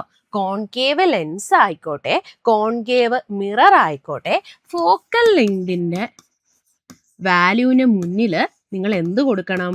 ഒരു നെഗറ്റീവ് സൈൻ കൊടുക്കണം. നെഗറ്റീവ് ഇട്ടൊന്നും അവർ തരില്ല. ഇതൊരു സൈൻ കൺവെൻഷൻ റൂൾ വെച്ച് നിങ്ങൾ ചെയ്യേണ്ടതാ. എളുപ്പത്തിൽ നിങ്ങൾക്ക് മനസ്സിലാക്കാൻ വേണ്ടി പറഞ്ഞു തരികയാണ്. കോൺകേവ് ലെൻസ് എടുത്താലും കോൺകേവ് ദർപ്പണം എടുത്താലും നിങ്ങൾ ഫോക്കൽ ലെങ്തിന് മുന്നിൽ, ആ തരുന്ന വാല്യൂവിന് മുന്നിൽ എന്തിട്ട് കൊടുക്കണം? ഒരു നെഗറ്റീവ് ഇട്ട് കൊടുക്കണം. എന്നാ ഒരു കോൺവെക്സ് ലെൻസ് തരുന്നു, അല്ലെങ്കിൽ കോൺവെക്സ് മിറർ തരുന്നു. ഈ ഒരു കേസിൽ നിങ്ങൾ ഫോക്കൽ ലെങ്ത് വാല്യൂ എന്തായിരിക്കണം? പോസിറ്റീവ് ആയിരിക്കണം. കോൺവെക്സ് ലെൻസ് ആയിക്കോട്ടെ, കോൺവെക്സ് മിറർ ആയിക്കോട്ടെ, ഫോക്കൽ ലെങ്തിന്റെ വാല്യൂ എന്തായിരിക്കണം? പോസിറ്റീവ് ആയിരിക്കണം. ഓക്കെ, അപ്പോൾ ഒരു കോൺകേവ് ലെൻസോ കോൺകേവ് മിററിനോ ഫോക്കൽ ലെങ്ത് നെഗറ്റീവ് ആയിരിക്കും. കോൺവെക്സ് ലെൻസിനോ കോൺവെക്സ് മിററിനോ ഫോക്കൽ ലെങ്ത് എന്തായിരിക്കും? പോസിറ്റീവ് ആയിരിക്കും. അതൊന്നും ഓർത്തു വെക്കണം കേട്ടോ. കോൺകേവ് ആണെങ്കിൽ നെഗറ്റീവ്, കോൺവെക്സ് ആണെങ്കിൽ പോസിറ്റീവ്, നെഗറ്റീവ് പോസിറ്റീവ്. ഈ കോൺകേവ് എന്ന് പറഞ്ഞാൽ ഇങ്ങനെ ഓർത്ത് വെച്ചാൽ മതി. ഇപ്പൊ സി എന്നുള്ള ലെറ്റർ അല്ലേ വിയേക്കാൾ മുന്നേ വരുന്നത്? ഫസ്റ്റ് വരുന്നത് സി ആണല്ലേ. അപ്പൊ ആദ്യം നമ്മൾ ഈ ആക്സിസ് വരയ്ക്കുമ്പോഴേ ഇതാ ആദ്യം നെഗറ്റീവ്, ഇവിടെ അല്ലേ പോസിറ്റീവ്, അങ്ങനെ ആലോചിച്ചാൽ മതി. കോൺകേവ് ഇവിടെ വരും, സി ലെറ്റർ. കോൺവെക്സ് വി, അത് കഴിഞ്ഞ് വരുന്നത് കൊണ്ട് രണ്ടാമത്തതിൽ വരും, പോസിറ്റീവിൽ വരും. അങ്ങനെ ആലോചിച്ചാൽ മതി. നിങ്ങൾ എങ്ങനെയെങ്കിലും ജസ്റ്റ് ഒന്ന് അതൊന്നും കണക്ട് ചെയ്ത് ഓർത്ത് വെക്കണം കേട്ടോ. Concave lens mirror, focal length negative, convex lens mirror, focal length positive. അപ്പൊ ഇവിടെ നമുക്ക് തന്നു, നമ്മുടെ കയ്യിൽ ഒരു കോൺകേവ് ദർപ്പണമാണുള്ളത്, കോൺകേവ് ദർപ്പണം. അപ്പൊ ഒരു കോൺകേവ് ദർപ്പണത്തിന്റെ കേസിൽ ഫോക്കൽ ലെങ്തിന്റെ വാല്യൂ എന്ത് കൊടുക്കണം? മൈനസ് ഇട്ട് കൊടുക്കണം. മൈനസ് അവർ തരില്ല, നമ്മൾ മൈനസ് ഇട്ട് കൊടുക്കണം. -8 സെന്റിമീറ്റർ.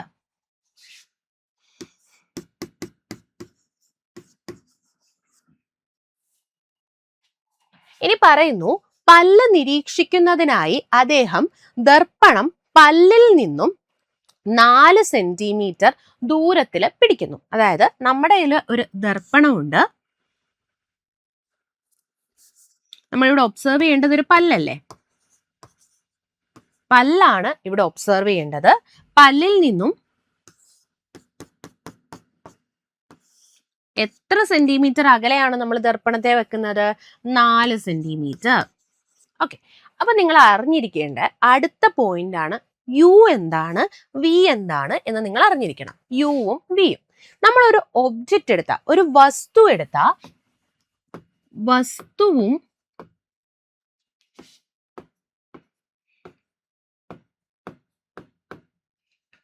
ദർപ്പണവും തമ്മിലുള്ള ദൂരം. ഓക്കെ, നമുക്കറിയാം ദർപ്പണം കാണും, ഒരു വസ്തു കാണും അല്ലെ. ഇവര് തമ്മിലുള്ള ദൂരത്തെ നമ്മൾ പറയുന്നതാണ് യു. ഇവര് തമ്മിലുള്ള ദൂരമാണ് യു.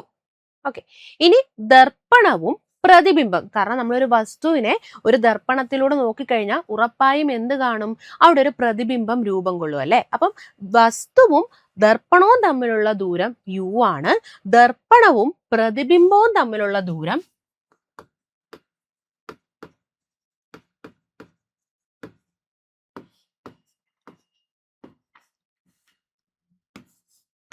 വി ആണ്.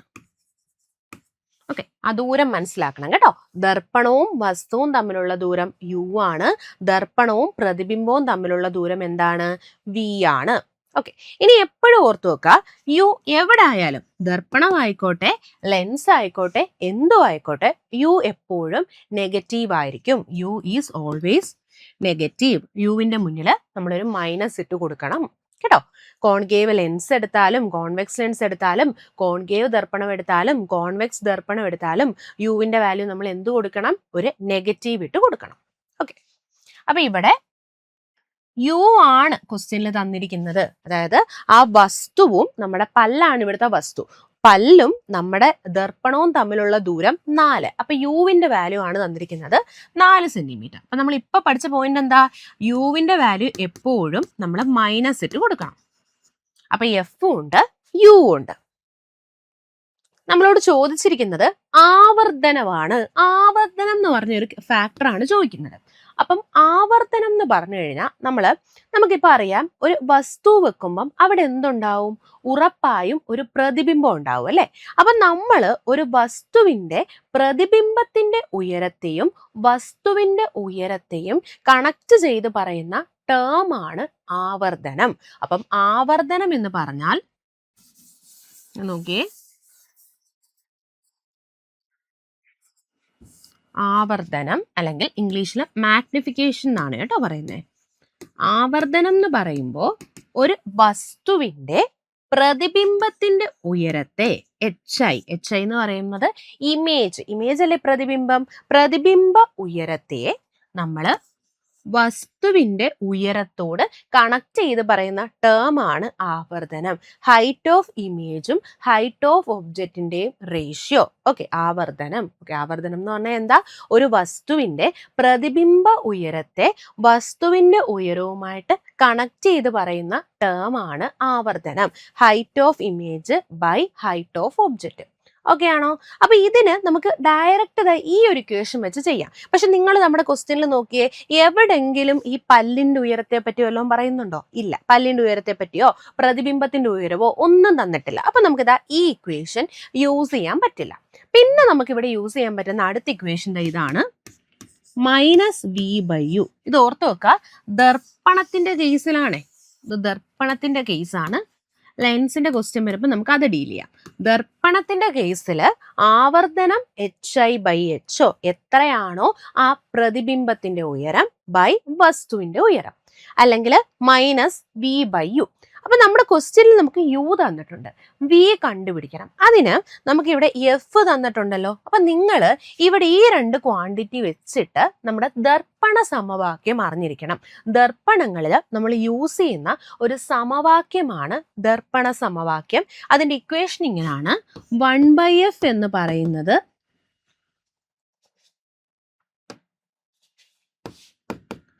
(1/v) plus 1/u. 1/f എന്ന് പറയുന്നത് 1/v പ്ലസ് 1/u ആണ്. ഓക്കെ ആണോ?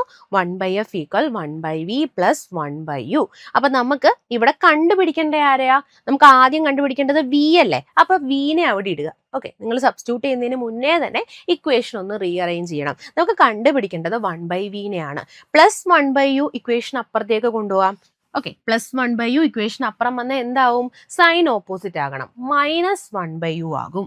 സോ 1/f മൈനസ് 1/u ആണ്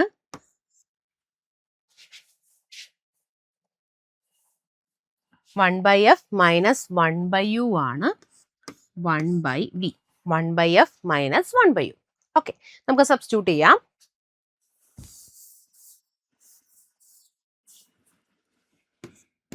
ഫോക്കൽ ലെങ്തിന്റെ വാല്യൂ നമുക്ക് കിട്ടിയത് -8 സെന്റിമീറ്റർ എന്നായിരുന്നു.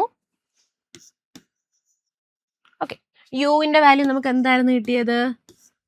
4 ആണ് അല്ലെ. -4 ഈക്വൽ 1/v. ഇവിടെ എന്ത് ചെയ്തു? എഫിന്റെ വാല്യൂ -8 ആണ്, അത് ഞാൻ കൊടുത്തു.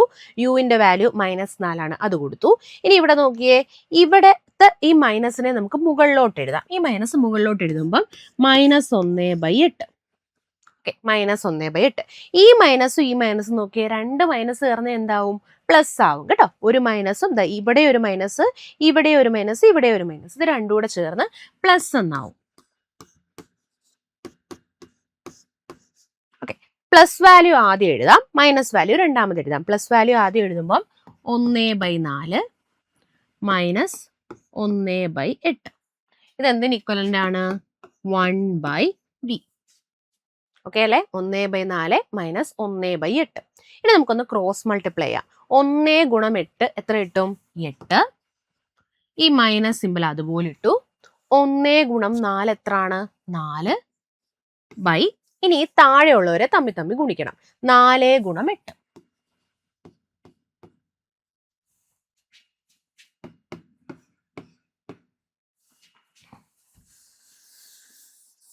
മുകളിൽ നോക്കിയേ, 8ന്ന് 4 കുറയ്ക്കുക. 8ന്ന് 4 കുറയ്ക്കുമ്പോൾ നമുക്ക് എന്ത് കിട്ടും? 4 കിട്ടും ബൈ 4 ഗുണം 8. ഇവിടെ മുകളിലും താഴെയും 4 ഉണ്ട് അല്ലേ? നമുക്ക് കോമൺ ആയിട്ട് വെട്ടിക്കളയാം. അപ്പോൾ മുകളിൽ പിന്നെ 1 ഉള്ളൂ, താഴെ 8 ഉണ്ട്. 1/v. ഇതൊന്ന് ഇക്വേഷൻ ഒന്ന് തിരിച്ചിട്ടെ. 1/8 1/v എന്ന് കിട്ടി. നമുക്ക് ഇക്വേഷൻ ഒന്ന് തിരിച്ചിടാം. ഇക്വേഷൻ തിരിച്ചിടുമ്പം 8 മുകളിൽ വരും, താഴെ 1. റൈറ്റ് ഹാൻഡ് സൈഡിൽ v മുകളിൽ വരും, താഴെ 1. നമ്മൾ ഈ താഴെ 1 കോമൺലി എഴുതാറുണ്ടോ? ഇല്ല. നമ്മൾ 8 എന്ന് എഴുതും, v എന്ന് എഴുതും. അപ്പം വിയുടെ വാല്യൂ നമുക്ക് എന്ത് കിട്ടി? 8 കിട്ടി. ഓക്കെ, അപ്പം വിയുടെ വാല്യൂ നമുക്ക് 8 കിട്ടി. കിട്ടുന്ന വാല്യൂ തന്നെ എഴുതണം കേട്ടോ. യുവിന്റെ വാല്യൂ എന്താണ്? യു എപ്പോഴും നിങ്ങൾ ആലോചിക്കുക, തന്നിരിക്കുന്നതിന് മുന്നിൽ മൈനസ് ഇട്ട് കൊടുക്കണം. ഓക്കെ ആണോ? -4. അപ്പൊ നമ്മുടെ ഇക്വേഷൻ ഇട്ട് കൊടുത്ത ഇക്വേഷൻ എന്താ? ഒരു ദർപ്പണം എടുത്തു കഴിഞ്ഞാൽ ആവർത്തനം -v/u. ആവർത്തനം എന്ന് പറയുന്നത് -v/u. ഓക്കെ, മൈനസ് ഇട്ട് കൊടുക്കുക. വിയുടെ വില എന്ത് ഇട്ട് കൊടുക്കണം? വിയുടെ വില 8 ബൈ യുവിന്റെ വില എന്താ? -4. രണ്ടിടത്തും കോമൺ ആയിട്ട് മൈനസ് അങ്ങ് വെട്ടിക്കളയാം. പിന്നെ എന്തേ ഉള്ളൂ? 8/4. 8നെ 4 കൊണ്ട് ഹരിച്ചാൽ നമുക്ക് എത്ര കിട്ടും? 2. നിങ്ങൾ നോക്കിയേ, എന്തേലും യൂണിറ്റ് ഉണ്ടോ? ഇവിടെ 8 സെന്റിമീറ്റർ അല്ലേ? ഞാനിവിടെ സെന്റിമീറ്റർ കൊടുക്കുന്നു. ഇവിടെ 4 സെന്റിമീറ്റർ അല്ലേ? സെന്റിമീറ്ററും സെന്റിമീറ്ററും വെട്ടിപ്പോകുമ്പോൾ എന്തില്ല? യൂണിറ്റ് ഇല്ല. ഓർത്ത് വെക്കണം കേട്ടോ. ആവർത്തനം യൂണിറ്റ് ഇല്ല, നോ യൂണിറ്റ്. യൂണിറ്റ് ഇല്ലാത്ത അളവാണ്. ഈ യൂണിറ്റ് ഇല്ലാത്ത അളവുകളെ PSCക്ക് ഭയങ്കര ഇഷ്ടമാണ് കേട്ടോ.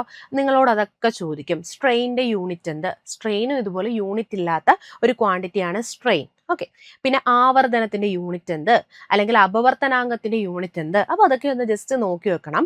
ആവർത്തനം, അപവർത്തനാങ്കം, സ്ട്രെയിൻ, അതുപോലെ തന്നെ ആപേക്ഷിക സാന്ദ്രത, ഇവയ്ക്കൊന്നും തന്നെ യൂണിറ്റ് ഇല്ല കേട്ടോ. അതുകൊണ്ട് PSC എടുത്ത് ചോദിക്കുന്ന ക്വസ്റ്റിനെ ജസ്റ്റ് ഒന്ന് നോക്കി വെക്കുക. അപ്പൊ ഇവിടെ നമുക്ക് ആവർത്തനത്തിന്റെ വാല്യൂ 2 എന്ന് കിട്ടി. Option C 2.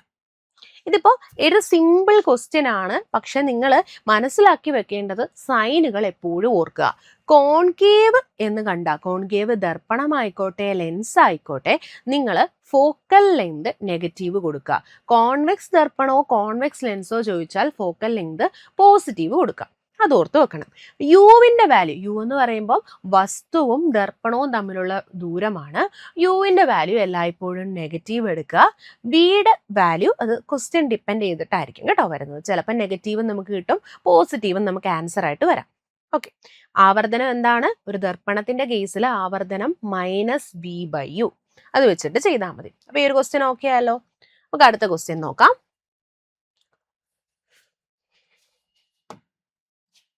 താഴെ തന്നിരിക്കുന്നവയിൽ ഏത് ദ്രാവകമാണ് ഒരു വസ്തുവിനുമേൽ ഏറ്റവും കൂടുതൽ പ്ലവക്ഷമ ബലം പ്രയോഗിക്കുന്നത്? ഓക്കെ, അപ്പൊ എന്താണ് പ്ലവക്ഷമ ബലം എന്നുള്ള ഒരു ബേസിക് കോൺസെപ്റ്റ് നിങ്ങൾ മനസ്സിലാക്കണം.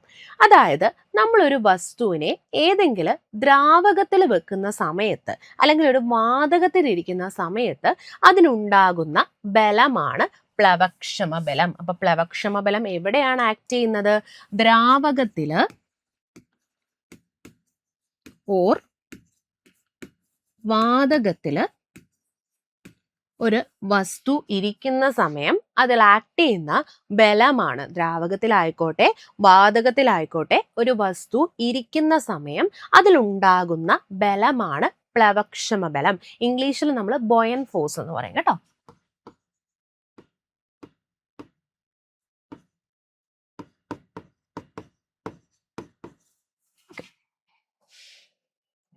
ഓക്കെ ആണോ? ഓക്കെ. അപ്പൊ നമ്മള് ഞാനൊരു വസ്തുവിനെ എടുത്ത് ഒരു ദ്രാവകത്തിൽ നിറച്ചു, ഒരു ദ്രാവകത്തിൽ വെച്ചു. ഇത് വെള്ളമാണ്. ഓക്കെ. അപ്പൊ നമുക്കറിയാം എല്ലാ വസ്തുക്കൾക്കും താഴേക്ക് ആക്ട് ചെയ്യുന്ന ബലം എന്ന് പറയുന്നത് അതിന്റെ ഭാരമാണ്, അല്ലെ? ഭൂമി പ്രയോഗിക്കുന്ന ആകർഷണ ബലം എന്നൊക്കെ PSC യുടെ ഒരു ക്വസ്റ്റ്യൻ ആണ്. ഭൂമി പ്രയോഗിക്കുന്ന ആകർഷണ ബലം, അതാണ് അതിന്റെ ഭാരം അല്ലെങ്കിൽ വെയിറ്റ് എന്ന് പറയും. അപ്പോൾ താഴോട്ട് ഇവിടെ അതിന്റെ വെയിറ്റ് ഉണ്ട്. ഒരു വസ്തു ഇരിക്കുമ്പോൾ എപ്പോഴും താഴോട്ട് വെയിറ്റ് ഉണ്ട്. എന്നാൽ ഈ ദ്രാവകത്തിൽ ഇരിക്കുമ്പം ഈ ഭാരത്തിന്റെ എതിർദിശയിൽ, ഭാരം താഴോട്ടല്ലേ, അപ്പൊ അതിന്റെ എതിർദിശ എന്താ? മുകളിലോട്ട് ഈ വസ്തുവിൽ ഉണ്ടാകുന്ന ബലമാണ് പ്ലവക്ഷമ ബലം. ഓക്കെ. ഭാരത്തിന്റെ എതിർദിശയിൽ ഉണ്ടാകുന്ന ബലമാണ് പ്ലവക്ഷമ ബലം. അപ്പൊ ജസ്റ്റ് മനസ്സിലാക്കുക, ഒരു വസ്തു ഏതെങ്കിലും ഒരു ദ്രാവകത്തിൽ ഇരിക്കുമ്പോ അല്ലെങ്കിൽ ഒരു വാതകത്തിൽ ഇരിക്കുമ്പോ അതിനുണ്ടാകുന്ന ബലമാണ് പ്ലവക്ഷമ ബലം. അത് ഏത് ദിശയിലായിരിക്കും? മുകളിലേക്കായിരിക്കും, അല്ലെ? എപ്പോഴും അറിയാം നമ്മുടെ ഭാരം താഴേക്കാണ്, അതിന്റെ വിപരീത ദിശയായ മുകളിലേക്കായിരിക്കും പ്ലവക്ഷമ ബലം. ഓക്കെ. അപ്പൊ ഈ പ്ലവക്ഷമ ബലം ആരെ ഡിപ്പെൻഡ് ചെയ്യുമെന്ന് ചോദിച്ചാൽ വസ്തുവിന്റെ സാന്ദ്രതയെ ഡിപ്പെൻഡ് ചെയ്യും. അതുപോലെ തന്നെ വ്യാപ്തത്തെയും ഡിപ്പെൻഡ് ചെയ്യും. സാന്ദ്രതയെയും വ്യാപ്തത്തെയും ആര് ഡിപ്പെൻഡ് ചെയ്യും? പ്ലവക്ഷമ ബലം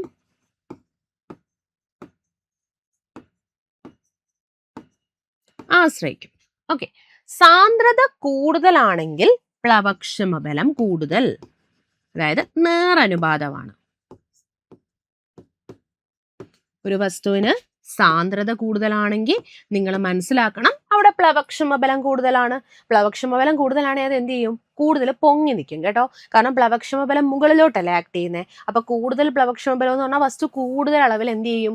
പൊങ്ങി നിൽക്കുന്നതായിട്ട് കാണാം. ഓക്കെ. അപ്പൊ സാന്ദ്രത കൂടിയാൽ പ്ലവക്ഷമ ബലം കൂടും. അതുപോലെ തന്നെ വ്യാപ്തം കൂടിയാൽ പ്ലവക്ഷമ ബലം കൂടും.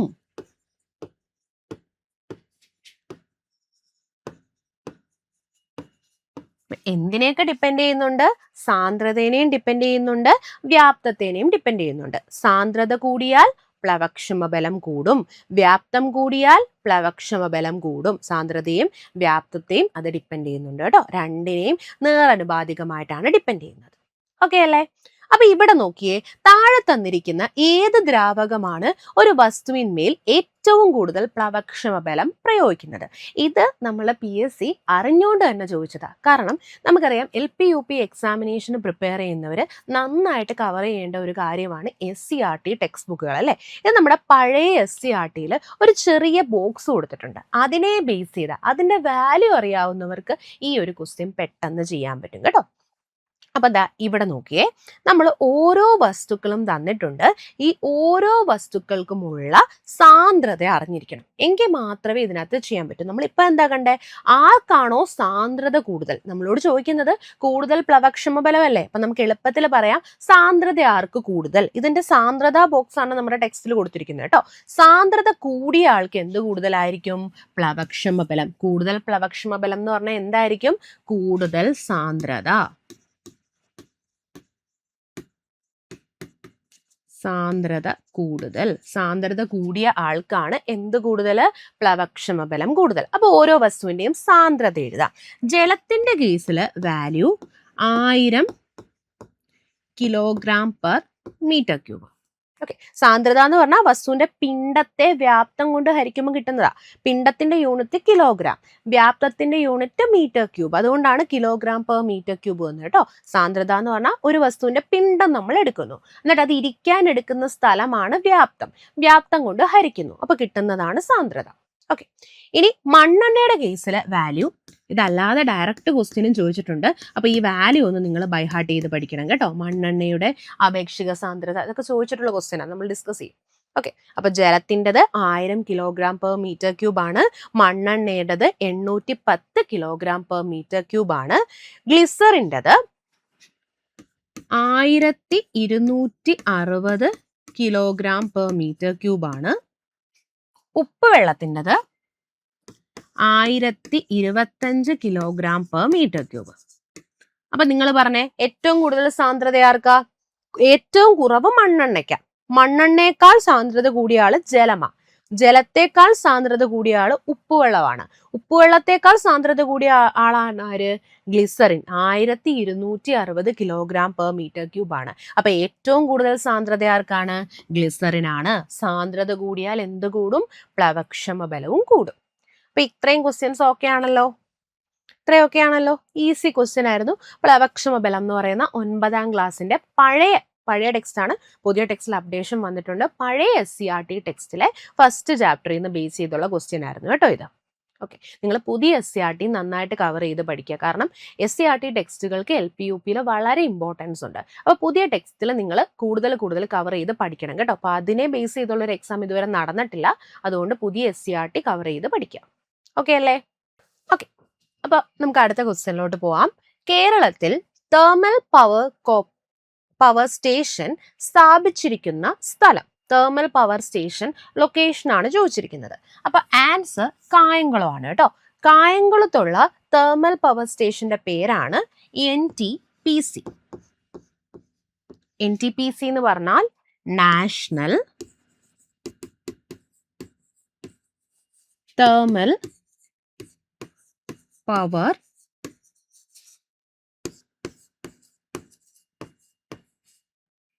കോർപ്പറേഷൻ ആണ്.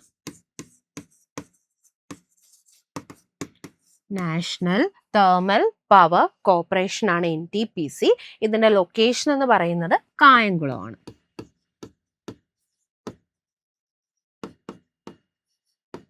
ഓക്കെ, ഈ NTPCയിൽ ഉപയോഗിക്കുന്ന ഇന്ധനം ഏത്? ഇതും ഒരു മുൻവർഷ PSC ക്വസ്റ്റ്യൻ ആണ്. NTPCയിൽ ഉപയോഗിക്കുന്ന ഇന്ധനം ഓർത്തു വെക്കുക, നാഫ്തയാണ് ഇവിടെ യൂസ് ചെയ്യുന്ന ഇന്ധനം. അപ്പൊ ക്വസ്റ്റ്യൻ ക്ലിയർ ആയല്ലോ? കേരളത്തിലെ തെർമൽ പവർ സ്റ്റേഷൻ സ്ഥാപിച്ചിരിക്കുന്ന സ്ഥലം ഓപ്ഷൻ എ കായംകുളം. ഓക്കെ ആണോ? അടുത്തത് നോക്കാം. താഴെ തന്നിരിക്കുന്ന ഇന്ധനങ്ങളില് കലോറിക മൂല്യത്തിന്റെ അടിസ്ഥാനത്തിൽ ഏറ്റവും മികച്ച ഇന്ധനമായി കണക്കാക്കുന്നത് ഏതാണ്? ആൻസർ എന്ന് പറയുന്നത് ഹൈഡ്രജൻ. അപ്പൊ എന്താണ് കലോറിക മൂല്യം എന്ന് നമുക്ക് നോക്കാം. കലോറിക മൂല്യം അല്ലെങ്കിൽ അതിന്റെ ഇംഗ്ലീഷ് ടേം ആണ് കലോറിഫിക് വാല്യൂ കേട്ടോ. കലോറിഫിക് വാല്യൂ, കലോറിക മൂല്യം. ഒന്നുമില്ല, ഞാനിപ്പം 1 കിലോഗ്രാമുള്ള ഇന്ധനം എടുത്തു. ഏതോ ഒരു ഇന്ധനം. നമുക്ക് ഇന്ധനങ്ങൾ പലതുണ്ടല്ലോ. താപത്തെ പുറത്തു വിടുന്നവയാണ് നമ്മൾ ഇന്ധനം എന്ന് പറയുന്നത്. കത്തിക്കുന്ന സമയത്ത് താപത്തെ പുറത്തു വിടുന്നവരാണ് ഇന്ധനം. ഓക്കെ, ഒരുപാട് ഇന്ധനങ്ങൾ നമ്മൾ ഉപയോഗിക്കാറുണ്ട്. പെട്രോൾ ഉപയോഗിക്കാറുണ്ട്, ഡീസല്, തടി, നമ്മൾ ഫയർവുഡ് ഇല്ലേ, തടി ഒരു ഇന്ധനമാണ്. അപ്പൊ ഏതോ ഒരു ഇന്ധനം ഞാൻ എടുത്തിട്ട്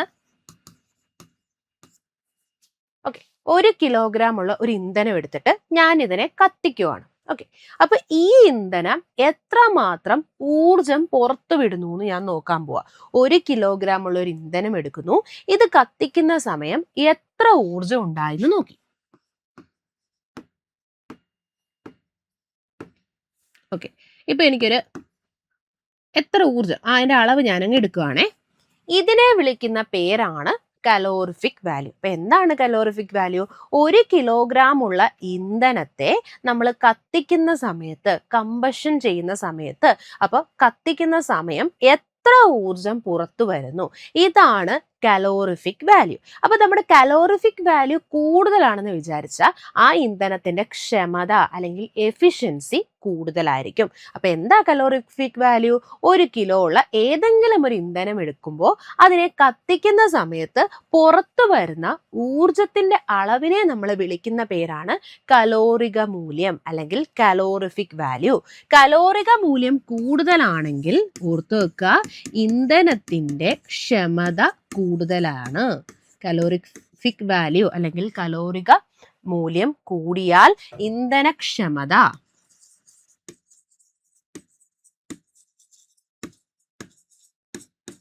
കൂടുതലായിരിക്കും, ഇന്ധനത്തിന്റെ ക്ഷമത കൂടുതലായിരിക്കും, അതിന്റെ കാര്യപ്രാപ്തി കൂടുതലായിരിക്കും. അപ്പൊ നമുക്കറിയാവുന്ന നമ്മളിപ്പോൾ ഉപയോഗിക്കുന്ന ഇന്ധനങ്ങളിൽ ഏറ്റവും ഉയർന്ന കലോറിഫിക് വാല്യൂ ഉള്ള ഇന്ധനം എന്ന് പറയുന്നത് ഹൈഡ്രജൻ ആണ് കേട്ടോ. 1 കിലോഗ്രാം ഹൈഡ്രജൻ കത്തുന്ന സമയത്ത് നമുക്ക് 1.5 ലക്ഷം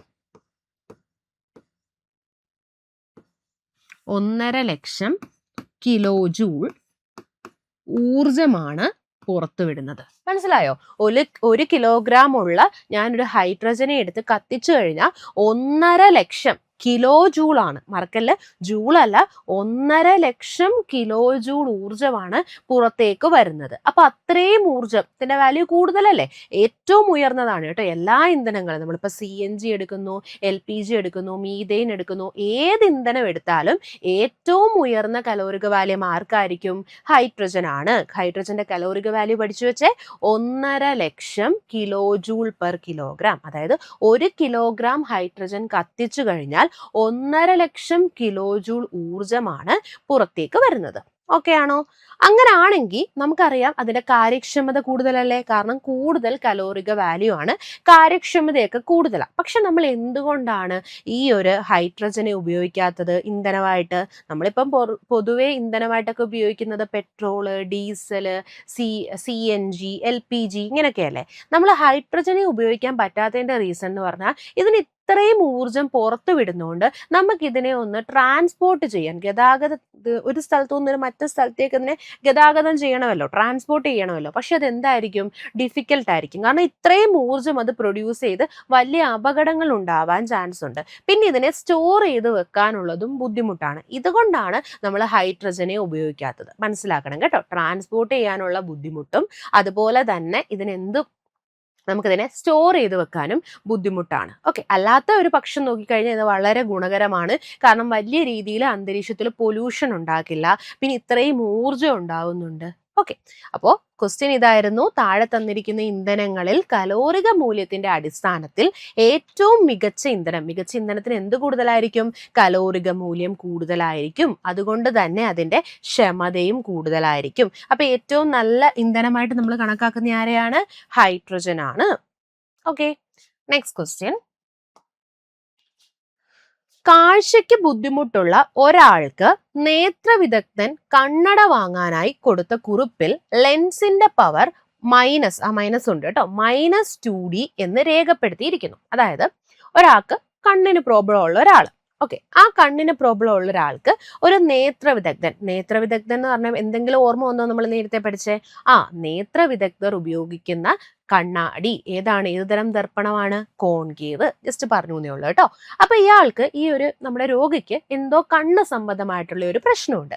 അപ്പൊ ഇദ്ദേഹം എന്ത് ചെയ്തു? നമുക്കറിയാം നമ്മൾ കണ്ണാടികളിൽ വെക്കുന്നത് എന്താണ്? ലെൻസ് ആണ് അല്ലെ. കോൺകേവ് ലെൻസ് വെക്കാറുണ്ട്, കോൺവെക്സ് ലെൻസ് വെക്കാറുണ്ട്, ബൈഫോക്കൽ ലെൻസ് ഒക്കെ നമ്മൾ വെക്കാറുണ്ട്. അപ്പൊ ഈ കൊടുത്ത ലെൻസിന്റെ പവർ -2D.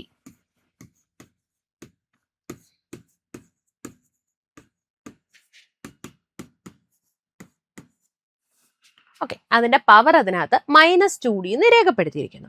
എന്നാൽ ഏതൊക്കെ പ്രസ്താവനകളാണ് ശരി? അപ്പൊ നമുക്ക് പ്രസ്താവനകൾ നോക്കാം. ഒന്നാമത്തത്, അയാളുടെ കണ്ണിന് ഹ്രസ്വദൃഷ്ടിയുണ്ട്. ന്യൂനത പരിഹരിക്കാൻ ഒരു കോൺകേവ് ലെൻസ് ആണ് ഉപയോഗിക്കുന്നത്. ലെൻസിന്റെ ഫോക്കസ് ദൂരം 0.5 സെന്റിമീറ്റർ. അപ്പൊ നമ്മൾ ഹ്രസ്വദൃഷ്ടി എന്താണ് എന്ന് ജസ്റ്റ് അതിന്റെ കുറച്ച് ഇമ്പോർട്ടന്റ് പോയിന്റ്സ് നമുക്കൊന്ന് നോക്കാം. പേരിൽ തന്നെ ഉണ്ടല്ലോ, ഹ്രസ്വം, ദൃഷ്ടി. ഹ്രസ്വം എന്ന് പറഞ്ഞാൽ എന്താ? ഷോർട്ട്, അടുത്തുള്ളത് കാണാം. ഹ്രസ്വമായിട്ടുള്ളത് അടുത്തുള്ളത് കാണാം, അകലെയുള്ളത് കാണാൻ പറ്റില്ല. ഈ ഒരു പ്രതിഭാസമാണ് ഹ്രസ്വദൃഷ്ടി. നോക്കിയേ, അടുത്തുള്ളത് കാണാം, അകലെയുള്ളത് കാണാൻ പറ്റില്ല. അപ്പൊ അടുത്തുള്ളത് കാണാമെന്ന് മാത്രം എഴുതിയാൽ മതിയല്ലോ, അകലെയുള്ളത് കാണാൻ പറ്റില്ല, അത് നിങ്ങൾക്ക് അറിയാം. ഓക്കെ, അപ്പൊ ഹ്രസ്വദൃഷ്ടിയുള്ള ഒരാളുടെ കേസിൽ അയാൾക്ക് അടുത്തുള്ളതിനെ കാണാൻ പറ്റും, അകലെയുള്ളതിനെ കാണാൻ പറ്റില്ല. ഇതിന്റെ മറ്റൊരു പേരാണ് മയോപ്പിയ.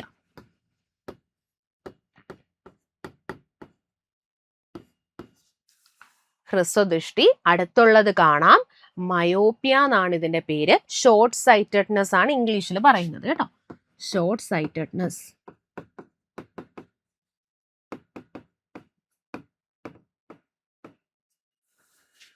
ഓക്കെ.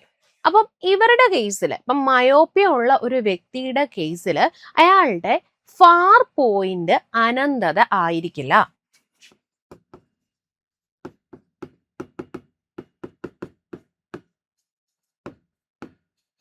അപ്പൊ എന്താണ് ഫാർ പോയിന്റ് എന്ന് നമുക്കൊന്ന് നോക്കണം. അതായത് ഫാർ പോയിന്റ്, നിയർ പോയിന്റ് എന്ന് രണ്ട് പോയിന്റുകളുണ്ട്.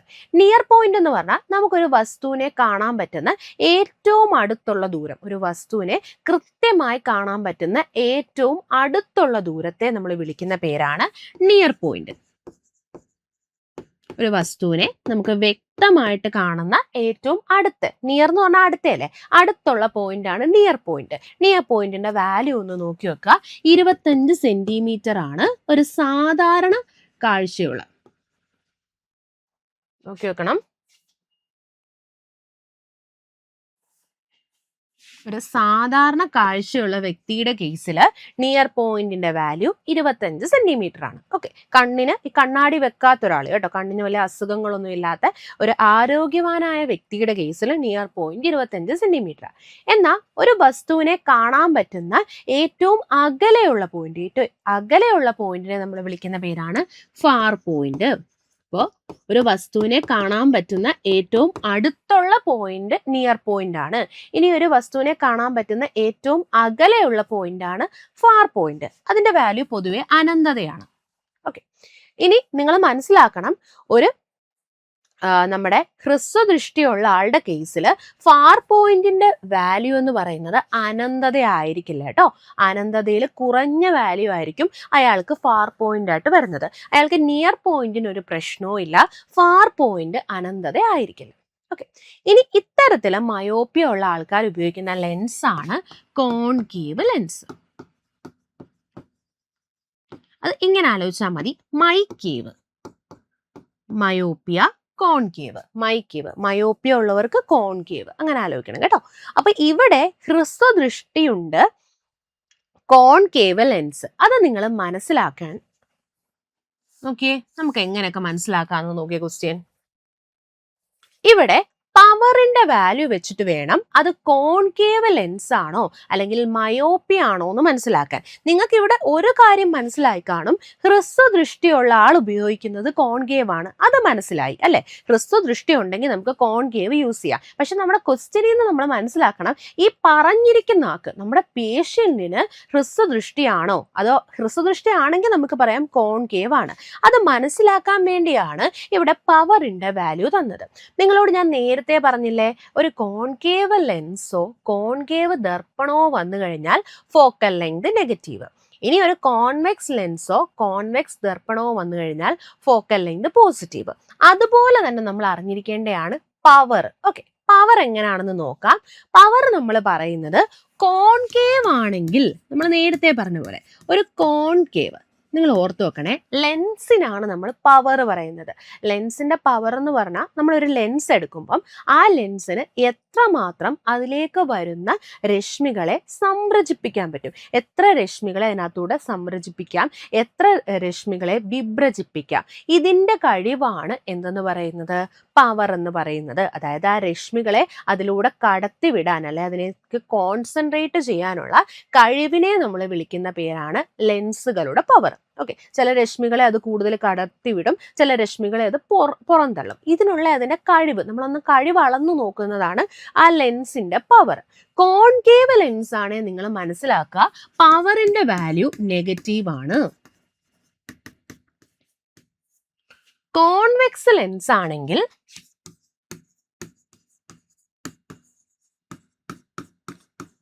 പവറിന്റെ വാല്യൂ പോസിറ്റീവ് ആണ്. നോക്കി വെക്കണേ, പവർ എന്ന് പറഞ്ഞാൽ ഒരു ലെൻസിന് എത്രമാത്രം രശ്മികളെ കടത്തിവിടാൻ പറ്റും, എത്ര രശ്മികളെ വിഭ്രജിക്കാൻ പറ്റും എന്നതിൻ്റെ ഒരു മെഷറാണ്. ലെൻസുകളുടെ കേസിൽ കോൺകേവ് ലെൻസ് എടുത്താൽ നമ്മുടെ പവറിന് നെഗറ്റീവ് വരണം, കോൺവെക്സ് ആണെങ്കിൽ പോസിറ്റീവ് വരണം. നിങ്ങൾ ഇവിടെ നോക്കിയേ, നെഗറ്റീവ് അല്ലേ പവർ വന്നിരിക്കുന്നത്, പവറിന്റെ കൂടെ ഒരു മൈനസ് ഉണ്ട്. അപ്പൊ നെഗറ്റീവ് ആണേ നമുക്ക് പറയാം ലെൻസ് ഏതാണ്, കോൺകേവ് ലെൻസ് ആണ്. കോൺകേവ് ലെൻസ് ഏത് അസുഖത്തിനുള്ളതാണ്, മയോപ്പിയക്കുള്ളതല്ലേ. മയോപ്പിയ ഉള്ളവരാണ് കോൺകേവ് ലെൻസ് യൂസ് ചെയ്യുന്നത്. സോ ഹ്രസ്വദൃഷ്ടിയുണ്ട്. അയാളുടെ ഒരു കണ്ണിന് ഹ്രസ്വദൃഷ്ടിയുണ്ട്. ന്യൂനത പരിഹരിക്കാൻ ഒരു കോൺകേവ് ലെൻസ് ആണ് നമ്മൾ ഉപയോഗിക്കുന്നത്. ഹ്രസ്വദൃഷ്ടിയുള്ള ആള് യൂസ് ചെയ്യുന്ന ലെൻസ് ഏതാണ്? കോൺകേവ് ലെൻസ് ആണ്. കോൺകേവ് ലെൻസ് വെച്ചിട്ടാണ് ഹ്രസ്വദൃഷ്ടി പരിഹരിക്കുന്നത്. ഓക്കെ, ലെൻസിന്റെ ഫോക്കൽ ദൂരം. ഇനി നമ്മൾ പവർ കണ്ടുപിടിക്കുന്ന ഇക്വേഷൻ ഒന്ന് അറിഞ്ഞിരിക്കണം. പവർ കണ്ടുപിടിക്കുന്ന ഇക്വേഷൻ ഇതാണ്.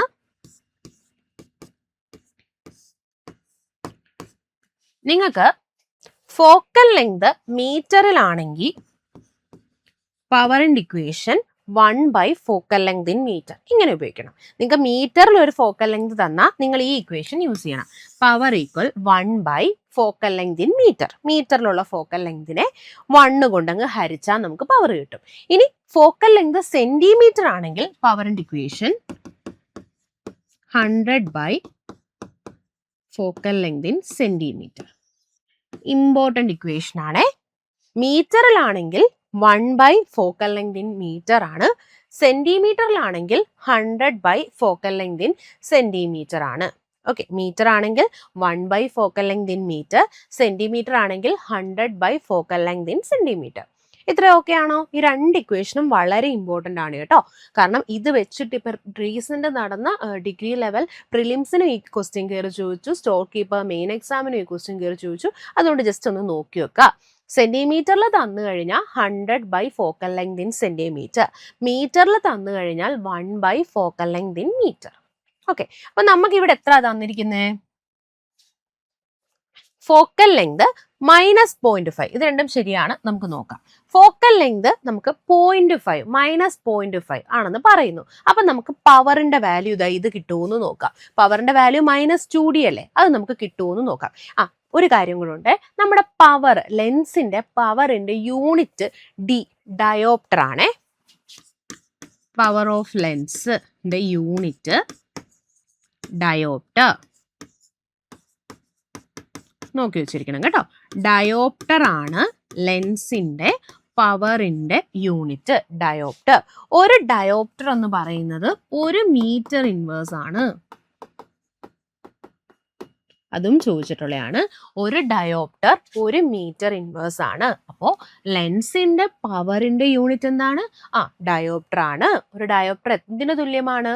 1 മീറ്റർ ഇൻവേഴ്സിന് തുല്യമാണ്. ഓക്കെ, അപ്പൊ നമുക്ക് പവർ ഒന്ന് കണ്ടുപിടിക്കാം. നമുക്ക് ഫോക്കൽ ലെങ്ത് അവർ തന്നിരുന്നത് -0.5 സെന്റിമീറ്റർ. ഓക്കെ, പവറിന്റെ ഏതൊക്കെ ഇക്വേഷൻ ഉണ്ട്? പവറിന് 2 ഇക്വേഷൻ ഉണ്ട്. ഒന്ന് ഓർത്ത് പറഞ്ഞേ.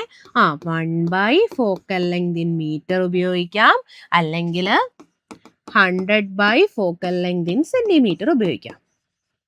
ഓക്കെ, അപ്പൊ നമ്മൾ ഇവിടെ ഏത് ഉപയോഗിക്കും? സെന്റിമീറ്ററിന്റെ ഇക്വേഷൻ അല്ലേ. അപ്പൊ രണ്ടാമത് ഇക്വേഷൻ യൂസ് ചെയ്യാം.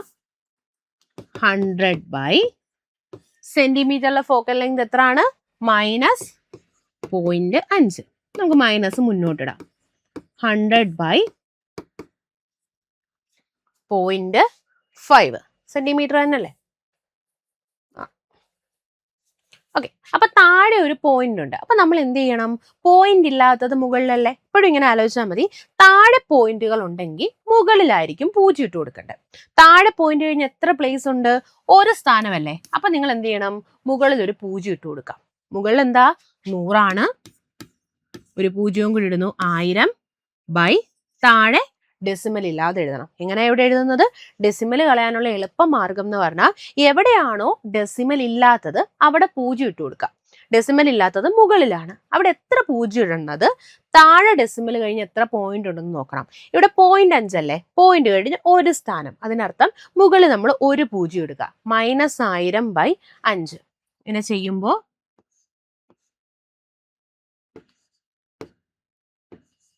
-200.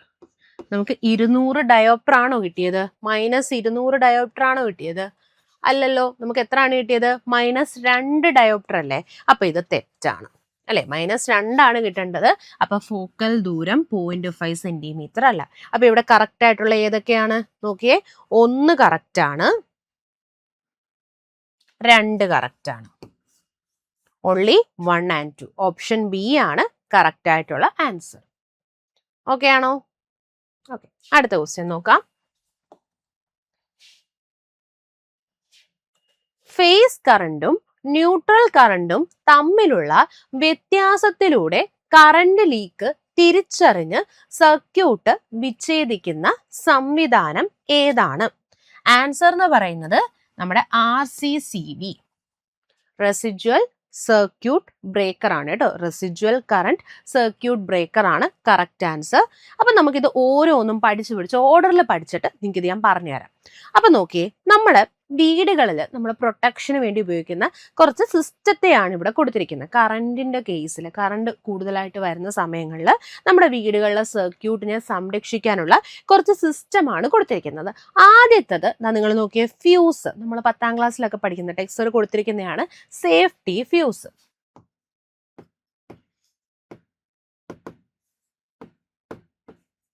എപ്പോഴും ചോദിക്കുന്നതാണ് ഈ സേഫ്റ്റി ഫ്യൂസ് എന്ന് പറയുന്ന വസ്തു. നമ്മൾ പണ്ടത്തെ സിനിമയിലൊക്കെ കാണത്തില്ലേ, ഫ്യൂസ് വയറ് പൊട്ടി അത് കെട്ടിവെക്കുന്നു, അങ്ങനത്തെയൊക്കെ നമ്മൾ സിനിമയിലൊക്കെ കണ്ടിട്ടുണ്ടായിരിക്കും. അപ്പൊ ഈ സേഫ്റ്റി ഫ്യൂസ് എന്തിന്റെ അലോയി ആണ് എന്ന് എപ്പോഴും ചോദിക്കുന്നതാണ് കേട്ടോ.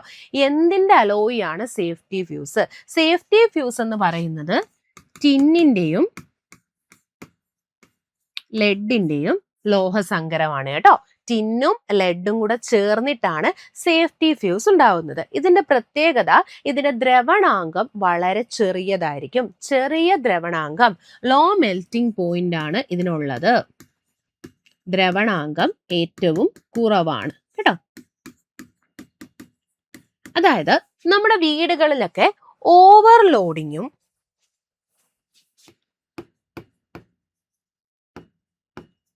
ഷോർട്ട് സർക്യൂട്ടും ഈ രണ്ട് സാഹചര്യങ്ങളിൽ വീട്ടിൽ വരുന്ന കറണ്ടിന്റെ അളവ് കൂടുതലായിരിക്കും. പേര് തന്നെയുണ്ട് ഓവർലോഡിങ്. നിങ്ങൾ ആലോചിച്ച് നോക്കിയേ, ഓവറായിട്ട് കറണ്ട് വരുന്നു. അതായത് നമുക്കറിയാം ഇപ്പൊ ഇടിയൊക്കെ വെട്ടുന്ന സമയത്തൊക്കെ ഓവറായിട്ട് നമ്മുടെ സർക്യൂട്ടിലോട്ട് കറണ്ട് വരാം. ഓക്കെ, അങ്ങനെ ഏതെങ്കിലും ഒരു സാഹചര്യത്താൽ ഓവറായിട്ട് കറണ്ട് വരുന്നു. പേര് തന്നെയുണ്ട് ഓവർലോഡിങ്. ഓവറായിട്ട് കറണ്ട് നമ്മുടെ സർക്യൂട്ടിലേക്ക് വരുന്നു. അടുത്തത് ഷോർട്ട് സർക്യൂട്ട്. ഷോർട്ട് ആവുക എന്ന് പറഞ്ഞാൽ ഏതെങ്കിലും രണ്ട് വയറുകൾ തമ്മിൽ കോണ്ടാക്റ്റിൽ വന്ന് അവിടെ ഒരു കറണ്ട് ഉണ്ടാവും. നമുക്കറിയാലോ, നമ്മുടെ സർക്യൂട്ടുകളിലൊക്കെ ഫുള്ള് വയറൊക്കെ വെച്ചിട്ടുള്ള കണക്ഷനാണ് അല്ലേ. അപ്പം നമ്മുടെ വീട്ടിൽ ഏതെങ്കിലും രണ്ട് വയറുകൾ തമ്മിൽ കോണ്ടാക്റ്റിൽ വരുമ്പോഴോ, ഈ രണ്ട് സിറ്റുവേഷനിലും ഷോർട്ട് സർക്യൂട്ട് ആയിക്കോട്ടെ ഓവർലോഡിങ് ആയിക്കോട്ടെ, വീട്ടിലോട്ട് എന്ത് വരും? ഒരുപാട് കറണ്ട് വരും. ഷോർട്ട് സർക്യൂട്ടിന്റെ സമയത്തും വരും, ഓവർലോഡിങ്ങിന്റെ സമയത്തും വരും. ഓക്കെ അല്ലേ? അപ്പൊ ഈ ഒരു സമയത്ത് നിങ്ങളൊന്ന് ആലോചിച്ച് നോക്കിയേ, നമ്മുടെ വീട്ടില് എല്ലാ ഉപകരണങ്ങൾക്കും ഒരു നിശ്ചിത കറണ്ട് മതി. ഇപ്പൊ ടിവിക്ക് പ്രവർത്തിക്കാൻ ഇത്ര കറണ്ട്, അല്ലെങ്കിൽ ഇപ്പൊ AC ക്ക് പ്രവർത്തിക്കാൻ ഇത്ര കറണ്ട്. പക്ഷെ ഓവറായിട്ട് വന്ന എന്ത് പറ്റും? നമ്മുടെ ഉപകരണം അങ്ങ് നശിച്ചു പോകത്തില്ലേ? അതിൽ കിട്ടാവുന്നതിൽ ഓവർ കറണ്ട് വന്ന ഉപകരണം എന്ത് ചെയ്യും? നശിച്ചങ്ങ് പോകും. അപ്പൊ നമ്മൾ എന്ത് ചെയ്യും? നമ്മുടെ സർക്യൂട്ടിലേക്ക് ഈ സേഫ്റ്റി ഫ്യൂസിനെ നമ്മൾ കണക്ട് ചെയ്യും. നമ്മുടെ വീട്ടിലെ സർക്യൂട്ട്, അതായത് വീട്ടിലെ സർക്യൂട്ടിലോട്ട് സേഫ്റ്റി ഫ്യൂസിനെ കണക്ട് ചെയ്യുമ്പം ഈ ഓവർലോഡിങ്ങും അല്ലെങ്കിൽ ഷോർട്ട് സർക്യൂട്ടും വഴിയുള്ള കറണ്ട് ആദ്യം നമ്മുടെ സേഫ്റ്റി ഫ്യൂസിലായിരിക്കും വന്ന് വീഴുന്നത്. ഓക്കെ, ഇതിന് ശേഷമേ ഓരോ ഉപകരണങ്ങളിലേക്ക്, അപ്ലയൻസിലേക്ക് ഇത് എത്തിച്ചേരും. ഓക്കെ, അപ്പൊ എന്ത് ചെയ്യുന്നു? സേഫ്റ്റി ഫ്യൂസിലേക്കായിരിക്കും ആദ്യം ഈ ഒരു ഓവർലോഡിങ് അല്ലെ ഷോർട്ട് സർക്യൂട്ട് വഴിയുള്ള കറണ്ട് എത്തിച്ചേരുന്നത്. അപ്പൊ ഈ സേഫ്റ്റി ഫ്യൂസിന്റെ പ്രത്യേകത എന്താ? മെൽറ്റിംഗ് പോയിന്റ്, ദ്രവണാങ്കം കുറവാ. അപ്പൊ പെട്ടെന്ന് ഇത് എന്ത് ചെയ്യും? അങ്ങ് ഉരുകിപ്പോവും. ഇത്രയും കറണ്ട് വരുമ്പം ഇത് ഉരുകിപ്പോവും. ഉരുകിപ്പോയി കഴിഞ്ഞാൽ സർക്യൂട്ട് അങ്ങ് ഇവിടെ വെച്ച് ബ്രേക്ക് ആയിപ്പോവും. നിങ്ങൾ ആലോചിച്ച് നോക്കിയേ, ഇവിടെ വെച്ച സർക്യൂട്ട് ബ്രേക്ക് ആയി കഴിഞ്ഞാൽ പിന്നെ എന്ത് ചെയ്യില്ല? ഉപകരണങ്ങളിലോട്ട് കറണ്ട് കിട്ടുമോ? ഇല്ല.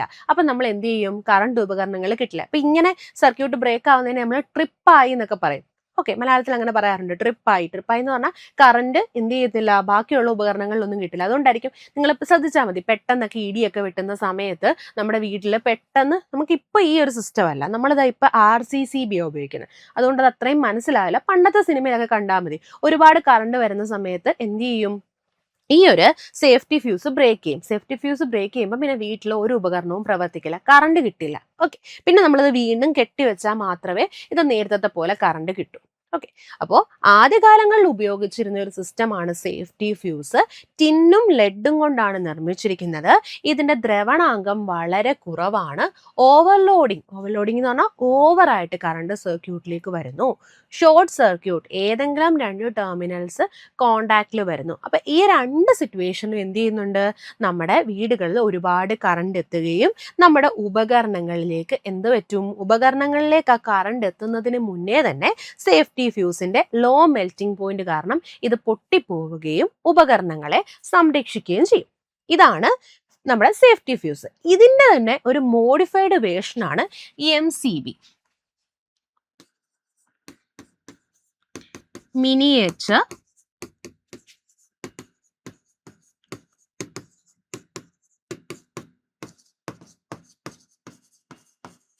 ബ്രേക്കർ. ഇവരെന്ത് ചെയ്യുമെന്ന് പറഞ്ഞാൽ ഓവറായിട്ട് ഓവർലോഡിങ് വഴി കറണ്ടോ അല്ലെ ഷോർട്ട് സർക്യൂട്ട് വഴിയോ കറണ്ടോ വരുമ്പം ഈ സ്വിച്ച് പെട്ടെന്ന് ഇങ്ങനെ അങ്ങ് ഓഫായി പോകും. പഴയകാല വീടുകളുള്ളവരുടെ വീട്ടിലാണെങ്കിൽ MCB ആയിരിക്കും ഇപ്പോഴും ഉപയോഗിക്കുന്നത്. അതായത് ഒരു സ്വിച്ച് പെട്ടെന്ന് അങ്ങ് ഓഫ് ആവും, അപ്പോൾ നമ്മുടെ വീട്ടിൽ കറണ്ട് കിട്ടില്ല. അങ്ങനെ ഒരു സിസ്റ്റമാണ് MCB. മനസ്സിലായോ? സേഫ്റ്റി ഫ്യൂസ് തന്നെ അതൊരു മോഡിഫൈഡ് ആയിട്ട് ഒരു സർക്യൂട്ട് പോലെ നമ്മൾ സെറ്റ് ചെയ്യുന്നതാണ് മിനിയേച്ചർ സർക്യൂട്ട് ബ്രേക്കർ. ഏതെങ്കിലും ഒരു സമയത്ത് ഓവർലോഡിങ്ങോ അല്ലെങ്കിൽ ഷോർട്ട് സർക്യൂട്ടോ ഉണ്ടെങ്കിൽ ഇവർ ഓട്ടോമാറ്റിക്കലി എന്ത് ചെയ്യും, നമ്മുടെ സിസ്റ്റത്തിലേക്കുള്ള കറണ്ടിനെ കട്ട് ചെയ്യും. ആ സ്വിച്ച് അങ്ങ് പെട്ടെന്ന് അങ്ങ് ഓഫ് ആവും.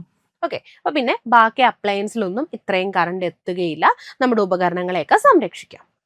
ഇനി അടുത്തതാണ് ELCB,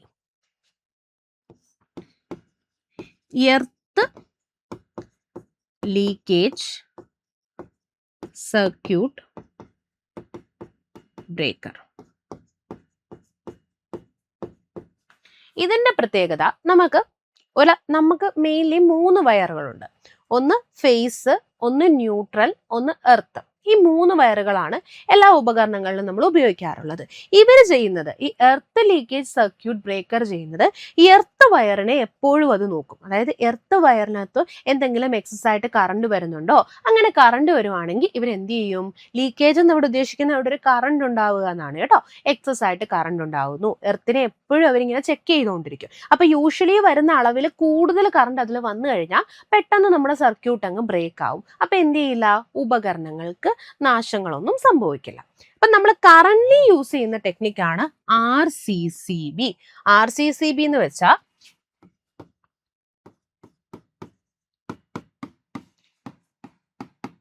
റെസിജ്വൽ കറന്റ്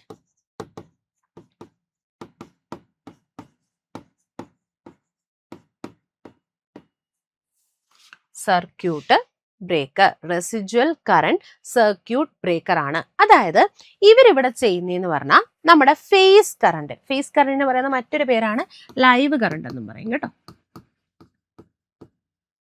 ഓക്കെ, അതായത് ഒരു ഫേസ് വയർ എന്ന് പറഞ്ഞൊരു വയറുണ്ട്, ന്യൂട്രൽ എന്ന് പറഞ്ഞൊരു വയറുണ്ട്. അപ്പൊ ഈ ഫേസ് വയറിന്റെയും ന്യൂട്രൽ വയറിനകത്തും ഓൾറെഡി ഒരു കറണ്ട് കാണുമല്ലോ. ഫേസ് കറണ്ടിനകത്തും ഒരു കറണ്ട് കാണും, ആ ന്യൂട്രൽ വയറിനകത്തും ഒരു കറണ്ട് കാണും. അപ്പൊ ഇവര് ചെയ്യുന്നത് എപ്പോഴും ഈ ഫേസ് കറണ്ടും ന്യൂട്രൽ കറണ്ടും ബാലൻസ്ഡ് ആണോ എന്ന് നോക്കും. അതിന്റെ ആ വാല്യൂ ബാലൻസ് ചെയ്ത് പോവുകയാണോ എന്ന് നോക്കും. ഓക്കെ, ഫേസ് കറണ്ടിന്റെ വാല്യൂവും ന്യൂട്രൽ കറണ്ടിന്റെ വാല്യൂവും എപ്പോഴും ബാലൻസ്ഡ് ആണോ എന്ന് നോക്കും. ഏതെങ്കിലും ഒരു പോയിന്റിൽ ഇവിടെ ഒരു കറണ്ട് ലീക്ക് ചെയ്യുന്നു, ഒരു കറണ്ട് ഉണ്ടായിക്കഴിഞ്ഞാൽ ഈ സർക്യൂട്ട് അങ്ങ് ബ്രേക്ക് ചെയ്യും. അതാണ് residual current circuit breaker. Phase കറണ്ടിലെയും അതുപോലെ തന്നെ ന്യൂട്രൽ കറണ്ടിന്റെയും എപ്പോഴും ചെക്ക് ചെയ്യും. അവിടെ എപ്പോഴെങ്കിലും ഒരു ലീക്കേജ് ഉണ്ടായാൽ സർക്യൂട്ട് എന്ത് ചെയ്യും, ബ്രേക്ക് ചെയ്യും. അതാണ് residual current circuit breaker, RCCB. Okay അല്ലേ? ഓക്കെ, അപ്പോൾ ക്വസ്റ്റ്യൻ ഇതായിരുന്നു, ഫേസ് കറണ്ടും ന്യൂട്രൽ കറണ്ടും തമ്മിലുള്ള വ്യത്യാസത്തിലൂടെ കറണ്ടിലേക്ക് തിരിച്ചറിഞ്ഞ് സർക്യൂട്ട് വിച്ഛേദിക്കുന്ന സംവിധാനം ഏതാണ്? Residual current circuit breaker. Okay, അടുത്ത ക്വസ്റ്റ്യൻ നോക്കാം.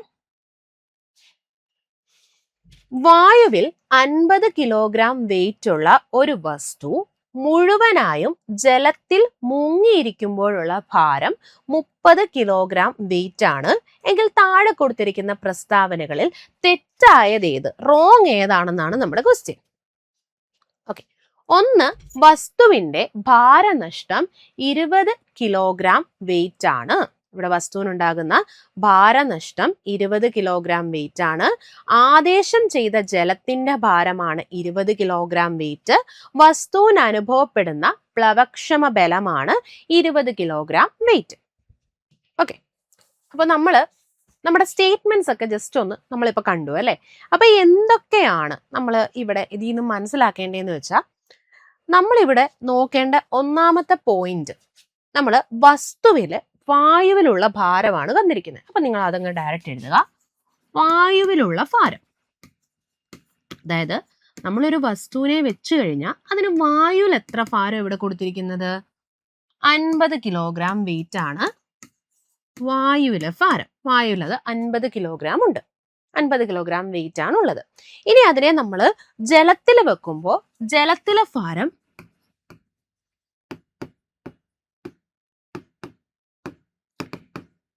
30 കിലോഗ്രാം വെയിറ്റ് ആണ്.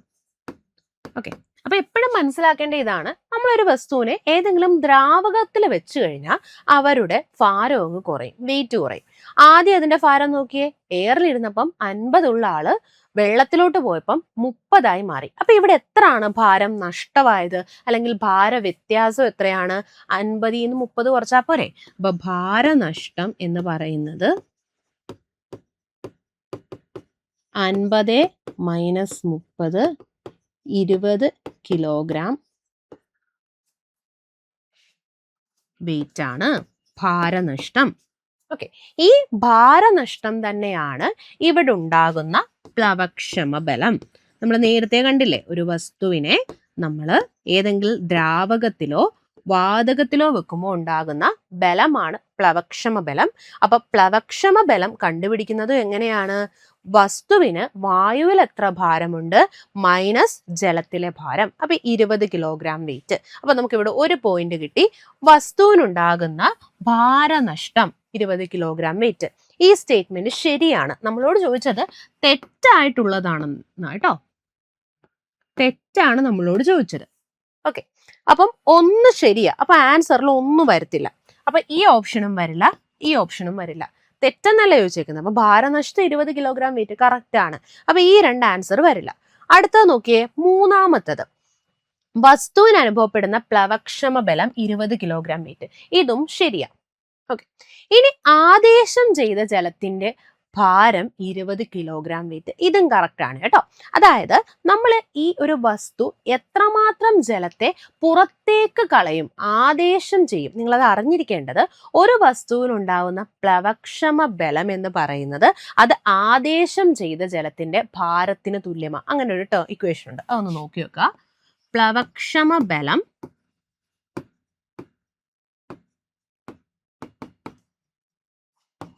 ഇത് ആർക്കമിഡീസ് തത്വമാണ് കേട്ടോ. ആദേശം ചെയ്ത, അതിൽ പറയുന്നുണ്ട് ഒരു വസ്തുവിൽ എത്ര പ്ലവക്ഷമ ബലം ഉണ്ടാവുമോ അത് എന്തിനു തുല്യമായിരിക്കും? അത് ആദേശം ചെയ്യുന്ന ജലത്തിന്റെ ഭാരത്തിന് തുല്യമാണ്.